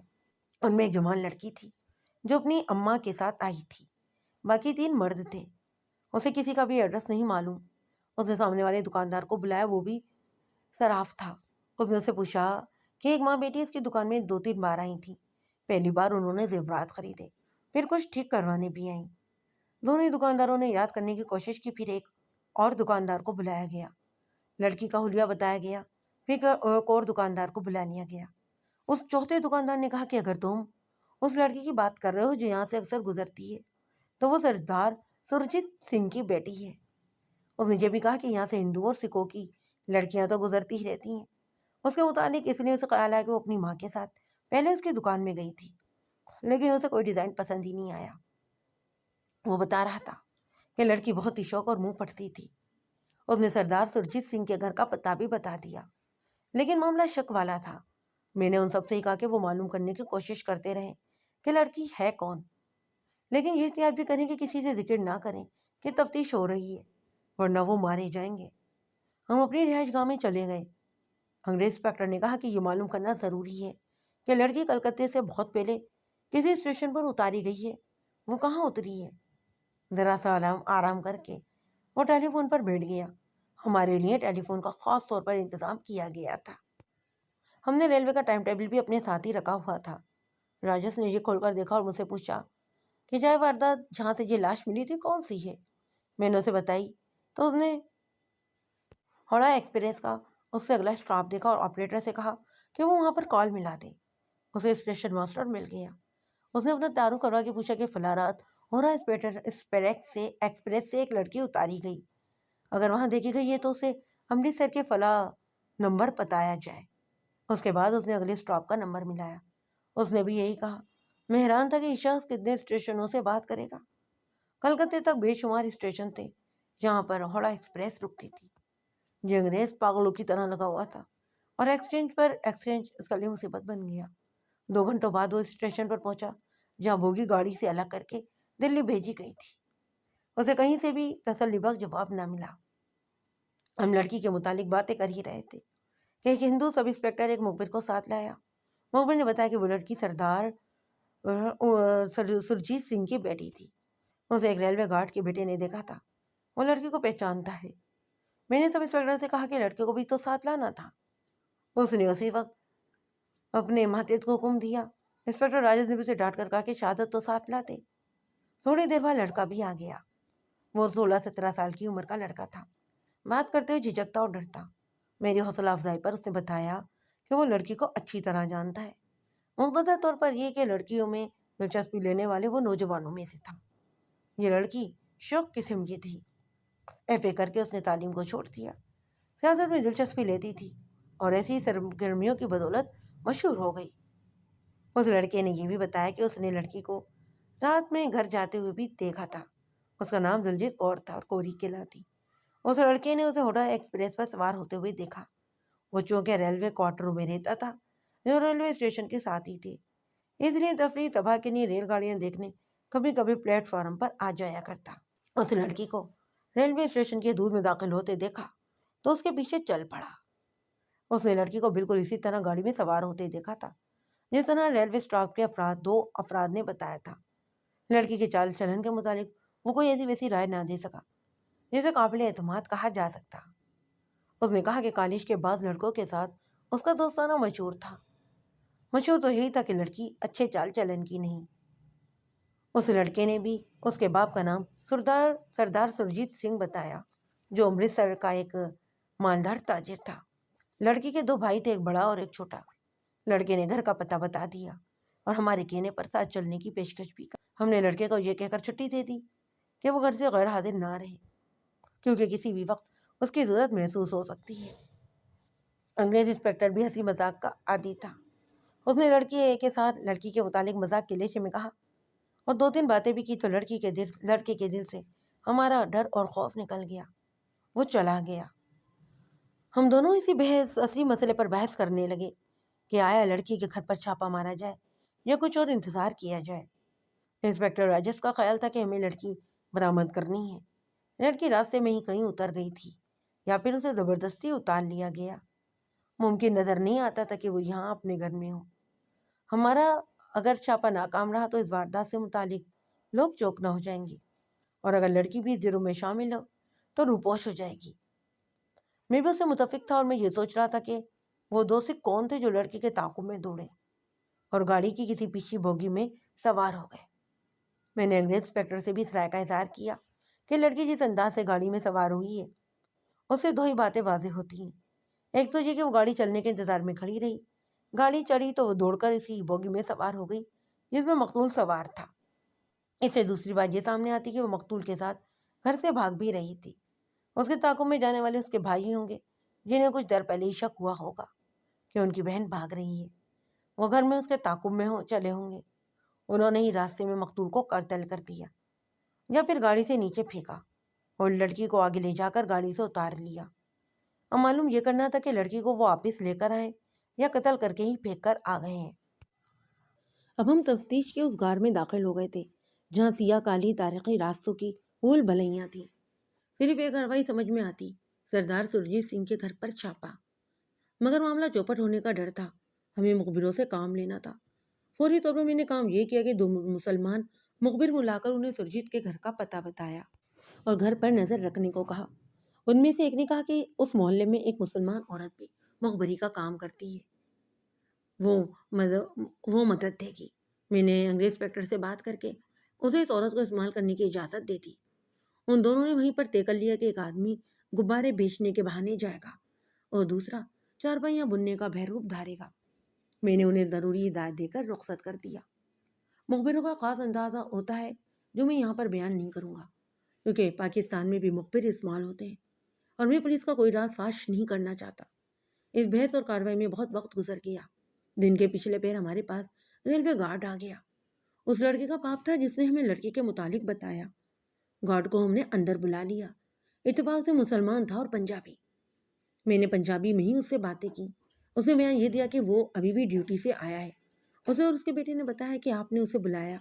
گارڈ نے وہ تمام ہی باتیں بتائیں جو ہم نے لڑکے سے پوچھی تھی۔ اس نے بتایا کہ وہ کل رات گاڑی کے ساتھ آ رہا تھا۔ اس کی ڈیوٹی رات لاہور تک تھی۔ گاڑی کلکتہ کی طرف سے آ رہی تھی۔ امرتسر سے کوئی 30 میل دور کسی اسٹیشن پر گاڑی رکی تو انٹر کلاس میں سے 2 سکھ مسافر ٹکٹ انسپکٹر کے ساتھ لڑتے جھگڑتے ہوئے نظر آئے۔ وہ رک گیا۔ ان 2 سکھوں کے ساتھ ایک لڑکی بھی تھی۔ جھگڑا یہ تھا کہ یہ لوگ بلا ٹکٹ سفر کر رہے تھے۔ وہ پیسے تو دے رہے تھے لیکن ٹکٹ انسپکٹر کا مطالبہ زیادہ ہی تھا۔ وہ کہہ رہا تھا کہ وہ ریلوے قانون کے مطابق چارج کر رہا ہے۔ لڑکی خاموش بیٹھی تھی۔ ایسا لگتا جیسے وہ ان سکھوں کے ساتھی نہیں، لیکن وہ ان کے ساتھی تھی۔ گارڈ نے ان کا جھگڑا طے کروا دیا۔ وہ امرتسر تک آ رہے تھے۔ گاڑی امرتسر آئی تو گارڈ نے دیکھا کہ وہ سکھ لڑکی کو ہلکے ہلکے دھکے دے کر لے جا رہے تھے۔ اس نے یہ بھی دیکھا کہ لڑکی شکل و صورت اور کپڑوں سے شہزادی، شہری اور امیر لگتی، لیکن اس کے پاؤں میں جوتی نہیں تھی۔ گارڈ نے بھی کوئی شک نہ کیا اور اسے کوئی گھریلو جھگڑا ہی سمجھا۔ گارڈ لاہور تک لے جا کر واپس امرتسر آیا تو اس نے ریلوے کے 2-3 آدمیوں کے ساتھ گپ شپ کے انداز میں اس لڑکی کے متعلق بھی بات کی۔ اسے بتایا کہ یہ وہی ہوگی جو چلتی گاڑی پر سوار ہوئی اور اس کے پیچھے 2 سکھ دوڑے تھے۔ وہ لڑکی تک تو نہ پہنچ سکے، پچھلی بوگی میں سوار ہو گئے تھے۔ گارڈ کو یہ بھی بتایا گیا کہ اس لڑکی کا سراغ لگانے کے لیے ایک انگریز اور ایک دیسی پولیس آفیسر آئے تھے۔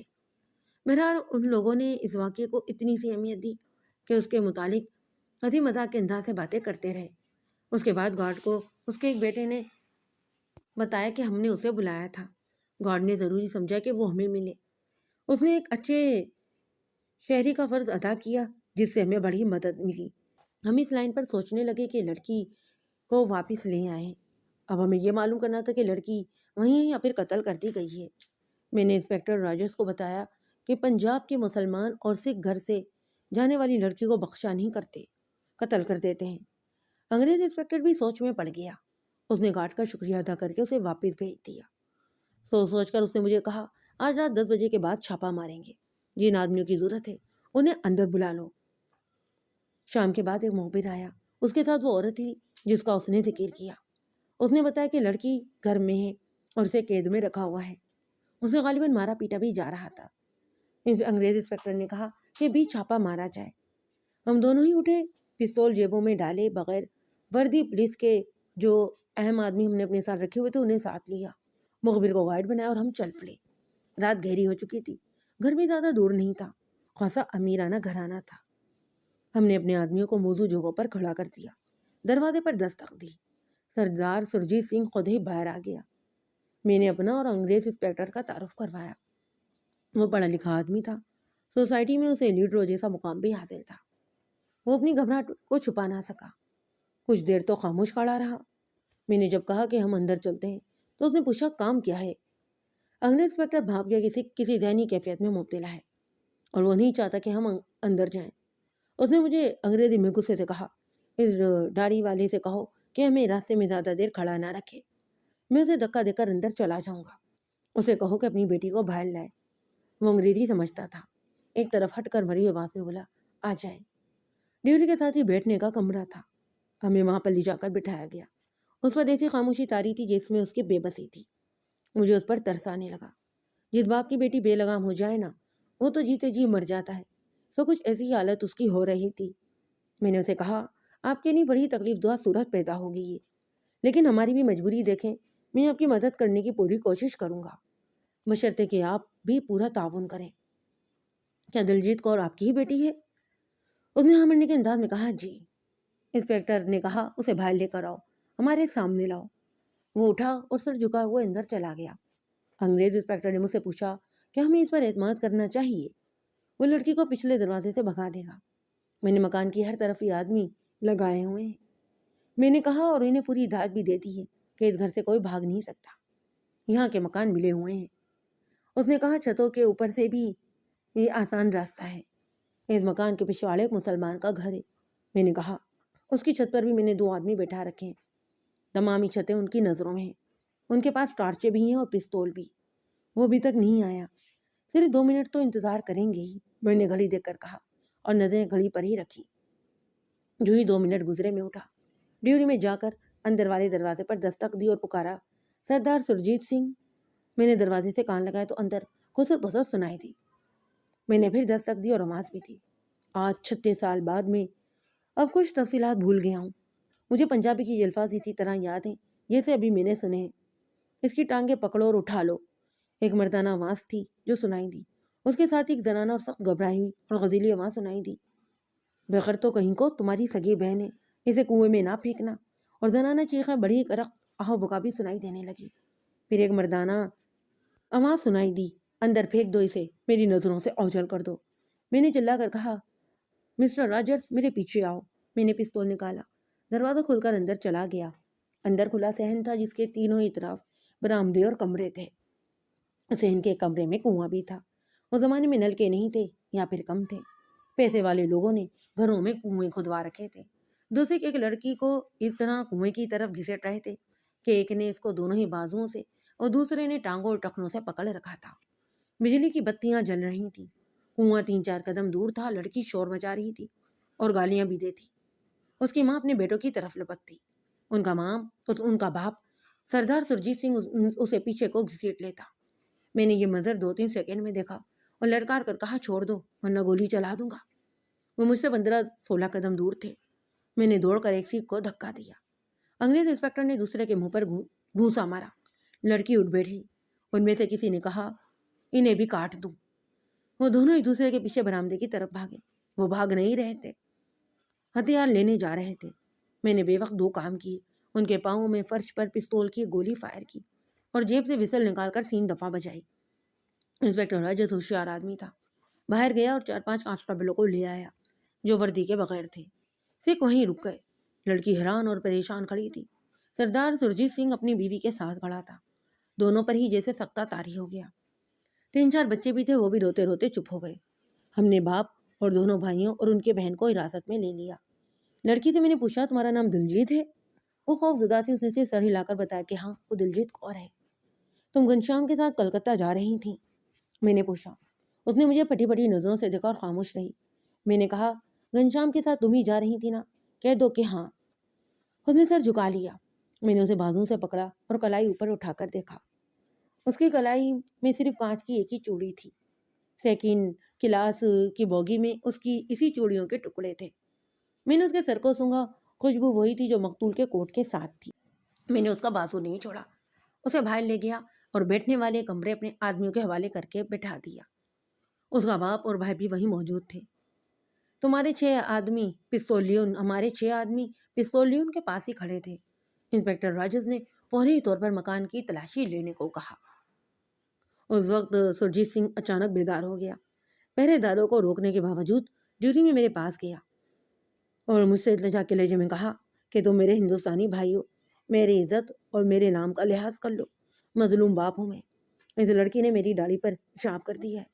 میرے گھر کی تلاشی نہ لو، تم لوگوں کو یہاں کچھ نہیں ملے گا سوائے اس لڑکی کے۔ مجھ سے جو کچھ پوچھو گے بالکل سچ بتاؤں گا۔ باہر لوگ اکٹھے ہو رہے ہیں، مجھے بے عزتی سے بچا لو۔ انگریز انسپکٹر یہ سننے کے لیے بےتاب ہو رہا تھا کہ سرجیت آخر میرے ساتھ بات کیا کر رہا ہے۔ میں نے اسے بتایا۔ اس نے سرجیت سنگھ سے کہا تم عزت دار انسان ہو، میں نے تمہیں کہا بھی تھا کہ بیٹی کو باہر لے آؤ اور تم نے اندر جا کر بیٹوں سے کہا کہ اسے کنویں میں پھینک دو۔ سرجیت سنگھ اپنی صفائی میں بولنے لگا تو انسپکٹر راجس نے اسے شٹاب کی کر کمرے میں بھیج دیا۔ ہم نے گھر کی تلاشی لی۔ کم و بیش 3 گھنٹے صرف ہوئے۔ کوئی بھی قابل اعتراض چیز، کاغذ یا بٹا وغیرہ نہ ملا۔ لڑکی کے ذاتی کمرے اور سوٹ کیسوں میں سے بھی کچھ نہ ملا۔ البتہ ایک ترکی ہوئی شیشی مل گئی جو وہ استعمال کرتی تھی۔ اب سوال یہ تھا کہ انہیں دلی لے جایا جائے یا امرتسر میں ہی پوچھ گچھ کی جائے۔ انگریز انسپکٹر نے کہا کہ دلی لے جانا بہتر ہے۔ اس کا مطلب یہ تھا کہ یہ کام اپنے ہیڈ کوارٹر کے مخصوص کمرے میں آسانی سے ہو سکتا ہے۔ اگر انہوں نے ایک باری ظلم کر لیا تو نشاندہیوں اور شہادت کی فراہمی کے لیے امرتسر آیا جا سکتا ہے۔ رات کے وقت کوئی موزوں ریل گاڑی دلی نہیں جاتی تھی۔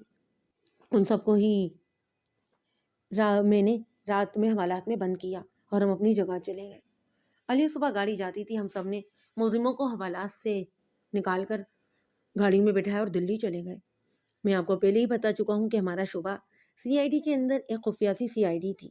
یہاں یہ بھی ضروری نہیں سمجھا جاتا کہ تلاشی، برآمدگی اور نشاندہی کے وقت کے مشیر ساتھ رکھے جائیں اور ملزموں کو گرفتار کر کے کسی مجسٹریٹ سے ریمانڈ بھی لیا جائے یا قانونی شہادت کے تقاضے پورے کیے جائیں۔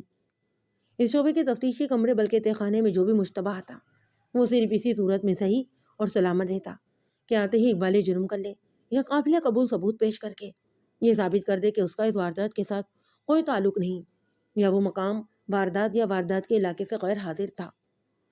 مگر ایسا کبھی ہوا نہیں تھا، کیونکہ وہاں اسی کو لے جایا جاتا تھا جس کے خلاف شک پختہ ہوتا اور اسی کے خلاف خاصی شہادت بھی ہوتی تھی۔ بہرحال رات 12 بجے کے بعد ہم نے لڑکی کو جگایا اور اسے خصوصی کمرے میں لے گئے۔ وہ 22 سال کی خوبصورت سی لڑکی تھی۔ اس کا رنگ صاف ستھرا تھا مگر اڑا ہوا تھا۔ میں نے اسے کہا میں تمہیں خبردار کر چکا ہوں کہ یہاں ہیرا پھیری کرو گی تو تمہارا انجام بھیانک ہوگا۔ اب تمہیں کوئی نصیحت نہیں کی جائے گی۔ ہمارے پاس تمہارے خلاف بہت سی شہادت موجود ہے۔ میں نے اس کے سینڈل، پرس، زیورات کا ڈبہ اور اس کی چوڑیوں کے ٹکڑے اس کے سامنے رکھ دیے۔ میں نے کہا گھنشیام کے ساتھ تم کلکتہ جا رہی تھیں، کیا یہ بات ٹھیک ہے؟ اس نے غمزدہ آواز میں جواب دیا ہاں، میں اس کے ساتھ امرتسر سے سوار ہوئی۔ میرے اگلے سوال سے پہلے اس نے کہا میں کچھ بھی نہیں چھپاؤں گی، میری ایک بات مان لیں، میرے باپ کو چھوڑ دیں، ان کا اس کیس کے ساتھ کوئی تعلق ہی نہیں۔ میں نے پہلے ہی انہیں بہت پریشان کیا ہے، آپ انہیں میرے جرم کی سزا نہ دیں۔ اور تمہارے بھائی؟ اس نے کہا ان دونوں کو میرے سامنے ہی پھانسی چڑھائیں۔ کیوں؟ اس نے کہا دونوں قاتل ہیں، انہوں نے گھنشیام کو قتل کیا ہے۔ وہ رونے لگی اور آگے بول ہی نہ سکی۔ میں نے انگریز انسپکٹر کو اس کا بیان سنایا۔ اس نے کہا کہ اسے کہو کہ یہ تمام ہی واقعہ خود ہی سنا دے، اس کے بعد ہم جرح کریں گے۔ میرے کہنے پر اس نے مختصر سا بیان دیا، جو اس طرح تھا کہ گھنشیام کے ساتھ اس کی دوستی تھی، وہ اسے ملنے دلی سے امرتسر آیا کرتا۔ اس نے گھنشیام کے ساتھ گھر سے بھاگنے کا پروگرام بنایا۔ دن طے ہو گیا۔ گھنشیام 2 روز پہلے امرتسر آ گیا۔ اس نے 2nd کلاس میں ایک سیٹ بک کروا لی۔ لڑکی نے سیٹ اس لیے بک نہ کروائی کہ اس کا فرار کسی ریکارڈ میں نہ آئے۔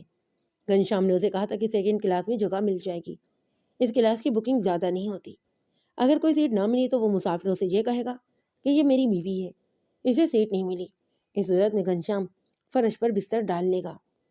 لڑکی نے گاڑی کے وقت سے بہت پہلے 2nd کلاس کا ٹکٹ خرید لیا۔ گھنشیام اپنے ایک دوست کے گھر ٹھہرا ہوا تھا۔ وہ وقت پر اسٹیشن پہنچ گیا۔ لڑکی نے گھر سے زیورات اور نقدی چرائی اور اسٹیشن پر چلی گئی۔ وہ پلیٹ فارم پر اس وقت گئی جب گاڑی چل پڑی تھی۔ اس نے دانستہ تاخیر کی۔ وہ دوڑ کر گھنشیام کے بوگی تک پہنچی۔ وہاں پر 2 سیٹیں خالی تھیں۔ گھنشیام نے دوسرے مسافروں کو بتایا کہ وہ اس کی بیوی ہے۔ دونوں ہی خوش تھے کہ فرار کامیاب ہے۔ گاڑی دلی پہنچی تو ان کے دلوں سے پکڑے جانے کا خوف بھی نکل گیا۔ دوسرے مسافر بھی اتر گئے اور بوگی میں ان دونوں کے سوا کوئی نہ رہا۔ وہ اور بھی زیادہ خوش ہوئے۔ اسی خوشی کا اثر تھا کہ وہ بوگی کا دروازہ اندر سے بند کرنا ہی بھول گئے۔ دلی سے گاڑی نکلی تو وہ دونوں ایک ہی سیٹ پر بیٹھ گئے اور دنیا کو، دنیا کے خطروں کو بھی بھول گئے۔ انہیں یہ بھی نہیں پتہ لگا کہ کتنا وقت گزر چکا ہے، اور ایک ایکسپریس گاڑی تھی جس کے اسٹاپ بہت دور دور تھے۔ گاڑی پوری رفتار سے جا رہی تھی کہ اچانک 2 سکھ آدمی اندر آ گئے۔ انہوں نے دروازہ بند نہیں کیا۔ بوگی میں صرف ایک ہی بتی جل رہی تھی۔ گھنشیام نے دوسری بتی بھی جلا دی۔ اندر آنے والے آدمی لڑکی کے بھائی تھے۔ اس وقت لڑکی گھنشیام کے ساتھ لگی بیٹھی تھی۔ بھائیوں کو دیکھ کر کود کر اٹھی۔ بڑے بھائی نے اسی وقت گھنشیام کی گردن دونوں ہاتھوں میں جکڑ لی جب وہ سیٹ سے اٹھ رہا تھا۔ لڑکی نے اسے چھڑانے کے لیے بھائی کے ہاتھ پکڑے۔ چھوٹے بھائی نے بہن کی کڑائی پر موڑی تو اس کی چوڑیاں ٹوٹ گئیں۔ بھائی نے اسے بازو مڑوڑ کر بے بس کر دیا اور اسے پیٹا بھی۔ اسے معلوم نہیں تھا کہ گھنشیام زندہ ہے یا مر گیا ہے۔ بڑے بھائی نے اسے گھسیٹا اور دروازے تک لے گیا۔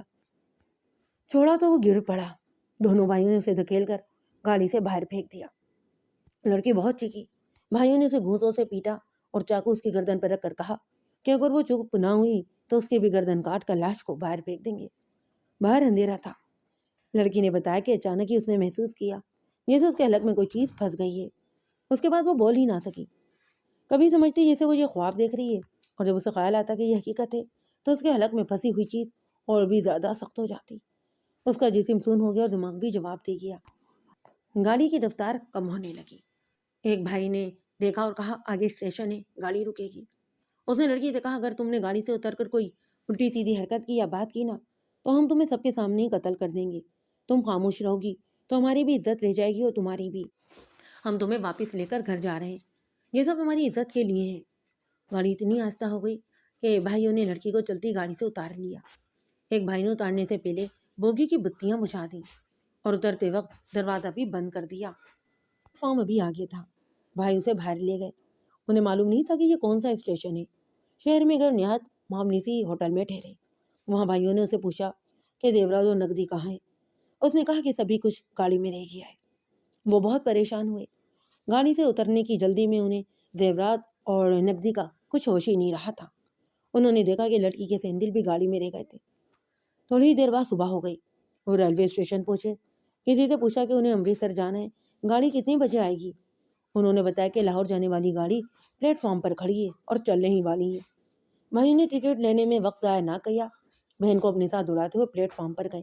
گاڑی چل پڑی۔ وہ انٹر کلاس کے ڈبے میں سوار ہو گئے۔ دلی اور امرتسر کے درمیان ایک ٹکٹ چیکر آیا۔ اسے انہوں نے بتایا کہ وہ فلاں اسٹیشن سے جلدی میں سوار ہوئے، اسی لیے ٹکٹ نہیں لے سکے۔ ان کا ٹکٹ چیکر کے ساتھ جھگڑا بھی ہوا جو گارڈ نے آ کر ختم کروا دیا۔ وہ امرتسر پہنچے۔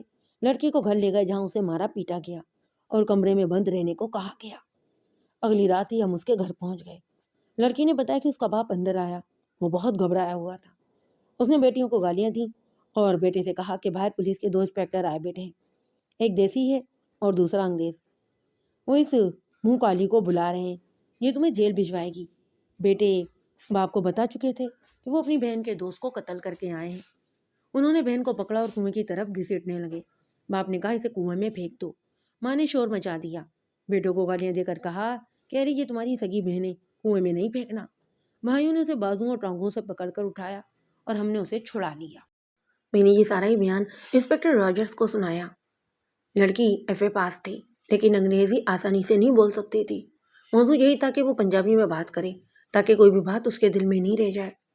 اس نے بیان تو دے دیا لیکن وہ یہ بات نہیں جانتی تھی کہ اس کے لیے بے حد خطرناک مرحلہ تو اب آیا ہے۔ میں نے اور انسپکٹر راجرز نے جرح تیار کر رکھی تھی۔ ہم نے وہ ڈیسک جس پر ماتا لکھا ہوا تھا اور کاغذ کا وہ ٹکڑا جس میں الائچی کے دانے پہ لپٹے ہوئے تھے اس کے آگے رکھ دیے۔ میں آپ کو بتا چکا ہوں کہ یہ دونوں ہی چیزیں مقتول کی جیب سے برآمد ہوئیں۔ لڑکی سے پوچھا اس ڈیسک اور کاغذ کی تحریر کا مطلب کیا ہے؟ اس نے جواب دیا مجھے نہیں معلوم۔ اس کے انداز سے صاف پتہ چلتا کہ وہ جھوٹ بول رہی ہے۔ گھنشیام کے ساتھ ہماری دوستی کہاں اور کس طرح شروع ہوئی؟ اس نے پہلے والی انداز میں جواب دیا یہ میرا ذاتی معاملہ ہے، اس کے متعلق میں کچھ نہیں بتاؤں گی۔ گھنشیام تمہیں اپنے ساتھ لے جانے کے لیے امرتسر گیا تو کون سے دوست کے پاس ٹھہرا؟ اس نے ایک بار پھر جواب دیا مجھے نہیں معلوم۔ دلجیت کور، میں نے اسے انتہائی نرم لہجے میں کہا تم ان تمام سوالوں کے جواب دے دو گی مگر اس وقت تک تمہاری یہ حسین صورت چڑیلوں کی طرح ہو چکی ہوگی اور تمہارا جسم ہڈیوں کا پنجر بن چکا ہوگا۔ کیا اسے یہ بہتر نہیں کہ تم عزت اور آرام سے ہمیں ان تمامی سوالوں کے جواب دے دو؟ دو آدمیوں کو ایک عورت مل جائے تو اس کی عزت کے کیسے محفوظ لے سکتی ہے؟ اس نے بڑے ہی تنزیہ لہجے میں کہا ہاں اگر بہانہ کر کے مجھے خراب کرنا چاہتے ہو تو پھر میں کیا کر سکتی ہوں؟ لڑکی چالاک معلوم ہوتی تھی۔ میں نے اس کا جواب انگریز انسپکٹر کو انگریزی میں ہی سنا کر اپنی رائے یہ دی کہ یہ اپنے آپ کو خوبصورت سمجھتی ہے اور اس کا خیال ہے کہ ہم اسے خراب کریں گے اور اسے تفریح کا ذریعہ بنائیں گے۔ انسپکٹر راجرز نے مجھے کہا کہ اس کے دماغ میں یہ ڈالو کہ ہم اس طرف توجہ ہی نہیں دیں گے کہ یہ عورت ہے یا مرد، ہمیں اس کے حسن اور اس کے جسم کے ساتھ ذرا بھر دلچسپی نہیں۔ یہ سن کر مجھے اطمینان ہوا کہ اس انگریز نے لڑکی کے متعلق کوئی بھی بیہودہ اور دل میں ارادہ نہیں رکھا تھا۔ میں نے لڑکی سے کہا تم بھول جاؤ کہ تم گورے رنگ کی بڑی حسین لڑکی ہو، ہمیں صرف 3 سوالوں کے جواب دے دو اور آزاد ہو جاؤ۔ مقتول تمہارا دوست کس طرح بنا؟ امرتسر میں کس کے پاس ٹھہرا ہوا تھا؟ اور کلکتہ تمہارا مشن کیا تھا؟ اس نے کہا میں ذرا سوچ کر بتاؤں گی، یہ کوئی حساب کا سوال نہیں۔ میں نے کہا فوراً ہی جواب دے دو۔ مجھے اس پر رحم آ گیا، وہ گمراہ ہو گئی تھی، آخر لڑکی بھی تو تھی۔ میں نے اسے کہا تم نے کہا تھا نا کہ تمہارے بھائیوں کو تمہارے سامنے پھانسی پر چڑھایا جائے، تم ان سے اس آدمی کا انتقام لینا چاہتی تھی جسے تم چاہتی تھی، تم قاتل نہیں۔ ہمارے دلوں میں شک یہ کیوں پیدا کرتی ہو کہ تم بھی قتل کے جرم میں شامل تھی؟ ہم یہ سمجھیں گے کہ تمہارے بھائی بے گناہ ہے اور تم نے گھنشیام کو کسی وجہ سے اور کسی سے قتل کروایا ہے۔ کیا تم ساری عمر جیل میں گزارنا چاہتی ہو؟ وہ گہری سوچ میں کھو گئی۔ اسے جیسے اچانک کچھ یاد آ گیا، کہنے لگی میرے باپ کو چھوڑ دیں، میں ساری باتیں بتا دوں گی۔ میں نے انگریز انسپکٹر سے کہا تو اس نے کہا کہ اسے کہو تمہارے باپ کو بھی ہم اس معاملہ سے علیحدہ رکھیں گے، بس 2-3 ضروری باتیں پوچھ کر اسے علیحدہ بھی آزاد کر دیں گے۔ جب تک میرے باپ کو نہیں چھوڑو گے میں زبان نہیں کھولوں گی۔ اس کے تمام ہی کپڑے اتار دو، انسپکٹر راجرز نے غصے سے کہا، اور اس کے باپ کو یہاں لے آؤ۔ وہ تیزی سے اٹھا اور لڑکی کی طرف بڑھا۔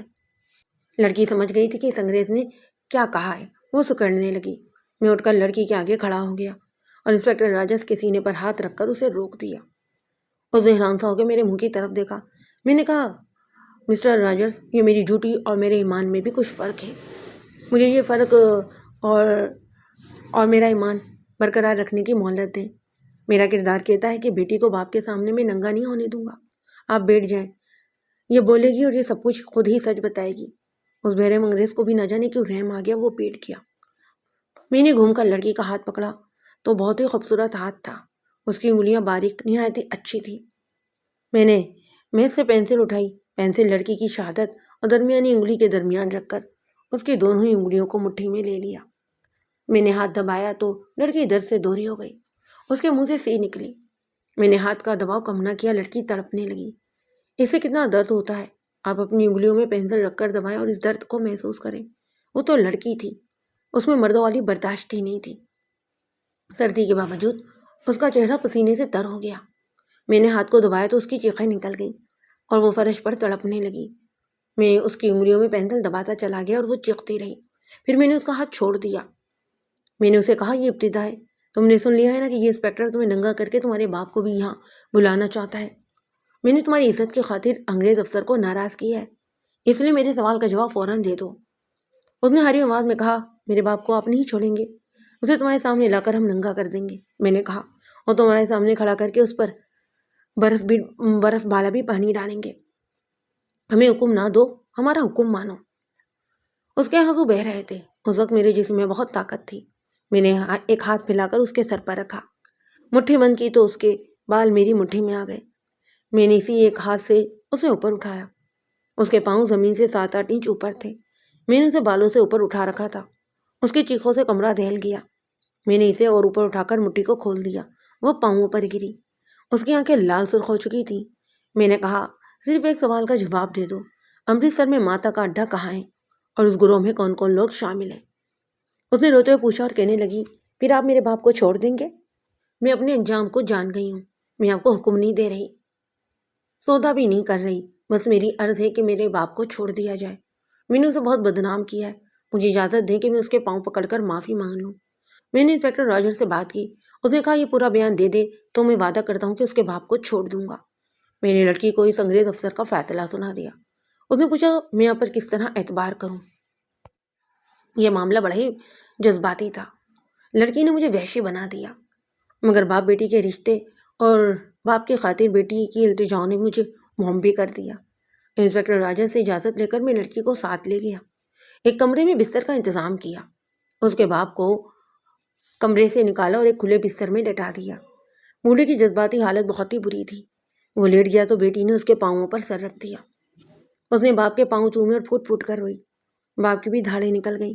میں لڑکی کو وہاں سے اٹھانے لگا تو باپ نے اٹھ کر میرا ہاتھ پکڑ لیا۔ رو رو کر اس نے مجھ سے پوچھا، اب کیا ہوگا؟ میری قسمت میں اور کیا لکھا ہے؟ میں نے اسے تسلی دی اور آرام سے سوچانے کو کہا۔ لڑکی کو میں تفتیش کے کمرے میں لے گیا۔ اس کے باپ کے بھاگنے کا کوئی ڈر ہی نہیں تھا۔ ارد گرد کڑا پہرا تھا۔ انگریز انسپکٹر نے چائے منگوائی تھی۔ میں نے لڑکی کو پانی پلایا اور پھر چائے بھی پلائی اور کہا، اب ہمیں ہمارے سوال کرنے کی دوبارہ ضرورت نہ پڑے، ہر ایک بات بتا دو، میں تمہیں بچانے کی بھی پوری کوشش کروں گا۔ ہندو ہوں میں، مجھ پر بھروسہ رکھو۔ میں نے اسے جو وصیت دی تھی وہ تو اس سلوک کا اشر بھی نہیں تھا جو ملزموں کے ساتھ وہاں پر کیا جاتا تھا۔ اس نازک سی لڑکی کے لیے اتنا ہی کافی ثابت ہوا۔ باپ کی طرف سے بھی وہ مطمئن ہو گئی۔ نیند نے الگ اسے پریشان کر رکھا تھا۔ رات کے 3 بج چکے تھے۔ اس نے غنودگی کے عالم میں خاصا طویل بیان دیا۔ اپنے متعلق اس نے بتایا کہ لڑک پن کے آغاز میں ہی اس میں دونوں رجحان پیدا ہو گئے، ایک آوارہ خیال اور دوسرا مسلمانوں کے خلاف نفرت۔ والدین نے بچپن میں اسے آزاد کر دیا تھا، آگے چل کر وہ خود بھی آزاد ہو گئی۔ بڑے بھائی نے اس کی سہیلیوں کے ساتھ دوستانہ کر لیا۔ بہن کو پتہ چلا تو اس نے سب سے پہلے اپنے بھائی کے ایک دوست سے دوستی کر لی۔ اسکول میں اسے پڑھایا گیا کہ سکھ بڑی زبردست قوم ہے۔ اسی سلسلے میں اس کے دل میں مسلمانوں کے خلاف دشمنی پیدا کی گئی۔ کالج میں وہ لڑکیوں کی لیڈر بن گئی، لڑکوں سے بھی ملنے لگی۔ سن 1935 میں اس کی عمر 18 سال تھی۔ اس سال لاہور میں مسجد شہید گنج کا واقعہ ہوا۔ یہ سکھوں اور مسلمانوں کا تنازع تھا جس میں لاہور کے مسلمانوں نے جانوں کی قربانی بے درخت دے دی۔ امرتسر میں سکھوں کو بتایا گیا کہ لاہور میں مسلمان سکھوں کو قتل کر رہے ہیں۔ بہت سے سکھ برشیوں اور کرپانوں سے مسلح ہو کر لاہور جا پہنچے۔ وہاں مسلمان اور انگریز پولیس فوج کی گولیوں کا نشانہ بھی بن رہے تھے۔ اس لڑکی کے دل میں مسلمانوں کے خلاف نفرت اور بھی زیادہ گہری ہو گئی۔ اس وقت تک وہ منہ پھٹ اور بہت ہی ہوشیار ہو چکی تھی، سیاسی سرگرمیوں میں بھی حصہ لیتی۔ اس کا باپ بھی لیڈر قسم کا ہی آدمی تھا۔ اس کی لیڈری الیکشنوں اور گرووارہ سے دربار صاحب کے انتظامات وغیرہ تک ہی محدود تھی۔ تاہم وہ اپنے آپ کو امرتسر کے سکھوں کا پنچ کہلاتا۔ لڑکی سیاسی سرگرمیوں کے سلسلے میں اپنے ہم خیال لڑکوں سے بھی ملتی تھی۔ وہ تیز ترار بھی تھی اور بہیا بھی۔ اس کا چال چلن بھی داغدار تھا۔ گھنشیام کے قتل سے 8 مہینے پہلے اس کی پہلی ملاقات گھنشیام سے ہوئی۔ یہ خفیہ ملاقات تھی۔ گھنشیام دلی سے امرتسر ایک دوست کے پاس ماتا کی بھرتی کے لیے آیا تھا۔ لڑکی کا ایک دوست اسے گھنشیام کے پاس لے گیا۔ لڑکی نے اپنے اقبالی بیان میں کہا کہ گھنشیام نے اسے تفصیل سے بتایا کہ یوپی میں ہندوؤں نے ایک زمین دوست تحریک کا آغاز کیا ہے جس کے اغراض میں مقاصد اسلام دشمنی اور مسلمانوں کی پنجگنی سر فہرست تھے۔ اس تحریک کا پروگرام دہشت پسند تحریکوں جیسا ہی تھا۔ دلجیت کور کو یہ تحریک اور اس کا پروگرام بہت ہی پسند آیا۔ اس کا نشان لکڑی کی ڈسک رکھا گیا جس پر لفظ ماتا لکھا ہوا تھا۔ گھنشیام نے اسے یہ بھی بتایا کہ اس تحریک کے لیڈر مہاتما گاندھی سے مل چکے ہیں اور اپنے اس روحانی لیڈر کی انہیں منظوری بھی مل گئی ہے۔ اس نے نوجوان لیڈروں کے نام لیے، ان میں سردار پیٹل، مناش دیسائی، جے پرکاش نارائن اور جواہر لال نہرو قابل ذکر ہیں۔ یہ لیڈر پہلے ہی ان کوششوں میں مصروف تھے کہ ہندوستان سے مسلمانوں کو نکالا جائے یا انہیں مسلمان ہی نہ رہنے دیا جائے۔ گھنشیام نے لڑکی کو بتایا کہ یو پی میں ماتا کے ممبروں نے اس پروگرام پر عمل شروع کر دیا ہے۔ لڑکی نے اپنے بیان میں کہا کہ یہ تحریک اتنی سرگرم نہ ہو سکی جتنی توقع تھی۔ دلی کے مضافاتی علاقے میں اس کے 3 ممبر پکڑے گئے۔ ان کے پاس دستی بم تھا۔ پولیس کے پاس جا کر ایک نے اقبالی جرم کر لیا اور تحریک کو بے نقاب بھی کر دیا۔ پھر یو پی میں بھی کسی 2 جگہ ممبر پکڑے گئے، وہ بھی پولیس کا تشدد نہ سہ سکے۔ ان سب کو ہی 14 سال کی سزائے قید تھی۔ لڑکی کے بیان کے مطابق کچھ لوگ اس تحریک کو مالی امداد بھی دیتے، مگر اسے کسی ایک کا بھی نام معلوم نہیں تھا۔ گھنشیام امرتسر آتا رہتا۔ وہ دراصل سکھ نوجوانوں کو اس گروہ میں شامل کرنا چاہتا تھا۔ لڑکی ہر بار اسے ملتی، دونوں میں ہی بے تکلفی پیدا ہو گئی، جو محبت کی صورت اختیار کر گئی۔ لڑکی نے اپنے بھائیوں سے کہا کہ وہ اس تحریک میں شامل ہو جائیں۔ انہیں یہ تحریک پسند نہیں آئی۔ گھنشیام نے امرتسر کو زیادہ ہی آنا جانا شروع کر دیا اور زیادہ دن وہاں پر گزارنے لگا۔ لڑکی اس کے ساتھ ساتھ رہتی۔ بھائیوں نے دیکھ لیا اور بہن کو منع کیا، وہ نہ مانی۔ باپ کو پتہ چلا تو اس نے بھی لڑکی کو روکا، وہ باز نہ آئی۔ کرتے کرتے باپ اور بھائیوں کو یہ بھی پتہ چل گیا کہ لڑکی کو تحریک سے اتنی دلچسپی نہیں جتنی گھنشیام سے۔ اس وقت تک لڑکی بے-حیائی اور آشنائی کی وجہ سے خاصی بدنام بھی ہو چکی تھی۔ ایک روز دونوں ہی بھائیوں نے گھنشیام کو جا کر پکڑا اور اسے دھمکی بھی دی کہ اگر وہ پھر کبھی امرتسر آیا تو اسے قتل کر دیا جائے گا۔ اس نے لڑکی کو بتایا۔ لڑکی نے اسے کہا کہ وہ اس کے ساتھ گھر سے نکل جانے کو تیار ہے۔ پروگرام طے ہو گیا۔ اس کے مطابق 8-10 روز بعد گھنشیام امرتسر آیا۔ لڑکی کو اطلاع مل گئی، وہ اسے ملی۔ گھنشیام نے اسے بتایا کہ وہ کلکتہ جا رہا ہے۔ وہاں کے ایک تاجر نے تحریک کے لیے خاصی رقم اور کچھ آدمی دینے کا بھی وعدہ کیا تھا۔ دلی کے ایک لیڈر نے، جس کا اسے نام نہیں بتایا گیا، کاغذ پر یہ تحریر لکھ کر دی کہ امرتسر میں منڈی تیز ہے، مال بھیج دو۔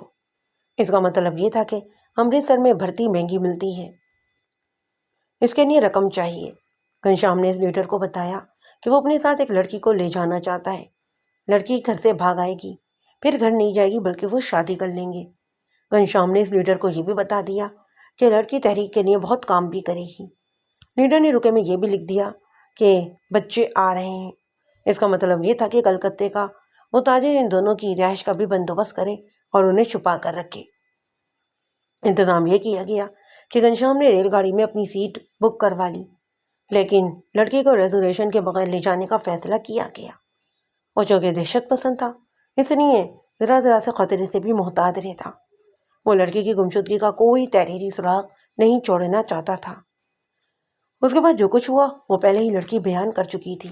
بیان کا یہ حصہ بھی آپ نے سن لیا ہے۔ اپنے باپ کے متعلق اس نے ایسے جذباتی الفاظ میں صفائی پیش کی کہ میں نے اسے تسلیم کر لیا۔ باپ کے ذکر سے لڑکی بہت روئی۔ اس کے الفاظ آج بھی مجھے اچھی طرح یاد ہیں، اور جو میں نے اپنی اولاد کو بھی کئی بار سنائے تھے، اور اب اپنی اولاد کی اولاد کو بھی سنایا کرتا ہوں۔ لڑکی نے کہا، اولاد جوان ہو جاتی ہے تو سمجھتی ہے کہ کل تو صرف اسے ہی ملی ہے۔ والدین پسماندہ اور جاہل ہیں۔ وہ جیسی لڑکیاں اپنے جیسے لڑکوں سے اپنی خوبصورتی کی تعریف سن کر اپنے آپ کو رانیاں اور مہارانیاں سمجھ لیتی ہیں، اور ماں باپ کی عزت کو کوڑیوں کے بھاؤ بیچ ڈالتی ہیں۔ لڑکے آوارہ ہو کر ماں باپ کے لیے روگ بن جاتے ہیں۔ آج جب میرا باپ میری گمراہی پر کڑ کڑ کر میرے ہی ساتھ قید ہو گیا ہے اور مجھے میرے خدا نے میرے گناہوں کی سزا دی ہے، تو مجھے یہ احساس ہوا کہ میرا باپ اور ہر کسی کا باپ ایک پورا مقدس انسان ہے، اور ماں کتنی عظیم ہوتی ہے۔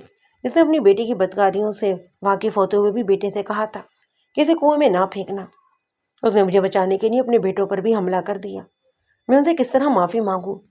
اگر خدا نے مہلت دی تو باقی عمر ان کے قدموں میں سر رکھ کر گزار دوں گی، اور اگر زندہ رہی تو نوجوان لڑکیوں اور لڑکوں میں یہ تحریک چلاؤں گی کہ اپنے ماں باپ کو گرو نائک اور رشیوں کا درجہ دیں، اور تم مسلمانوں سے بدستور نفرت کرتی رہو گی۔ میں نے کہا، خود نے جواب دیا، نہیں، اب صرف اپنی خوبصورتی اور اپنے جسم سے ہی نفرت کروں گی۔ اس نے امرتسر کے 6 آدمیوں کے نام پتے لکھوائے جو اس تحریک کے روح رواں تھے، اور اس آدمی کا نام پتہ بھی دے دیا جس کے گھر گھنشیام نے اپنا اڈا بنا رکھا تھا۔ کچھ اور بھی نشانیاں بتائیں جو اس نے دیں۔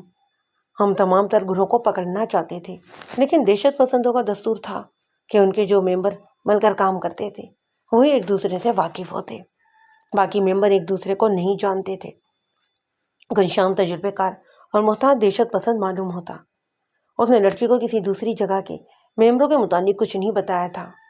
وہ جس کے پاس کلکتہ جا رہے تھے اس کے متعلق بھی وہ کچھ نہیں جانتی تھی۔ لڑکی دہشت پسندوں کی کسی کارروائی کے متعلق بھی کچھ نہ بتا سکی۔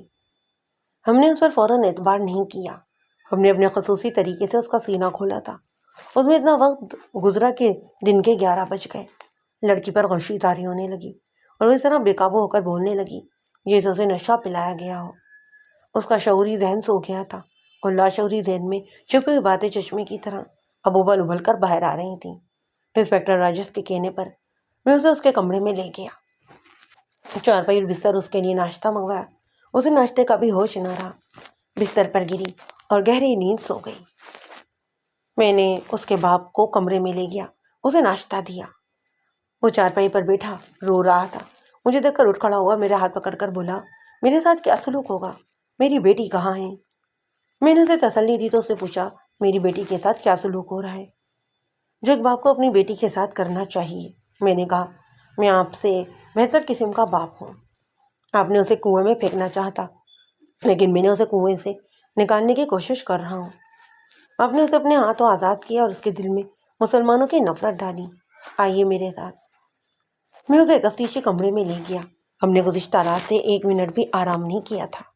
انسپکٹر راجس نے گھڑی دیکھ کر کہا، 12 بجنے والے ہیں، آپ اسے لے آئے ہیں، اسے جلدی فراغت ہو جائے گی۔ میں نے کہا، ہمیں تفتیش آج ہی مکمل کر لینی چاہیے، امرتسر جا کر گرفتاریاں بھی کرنی ہیں، ملزم روپوش بھی ہو سکتے ہیں۔ انگریز انسپکٹر گھبرا کر اٹھا اور بولا، ملزموں کی فہرست کہاں ہے؟ گرفتاریوں کے لیے ہم انتظار نہیں کر سکتے، مجھے ڈر ہے وہ روپوش ہو چکے ہوں گے۔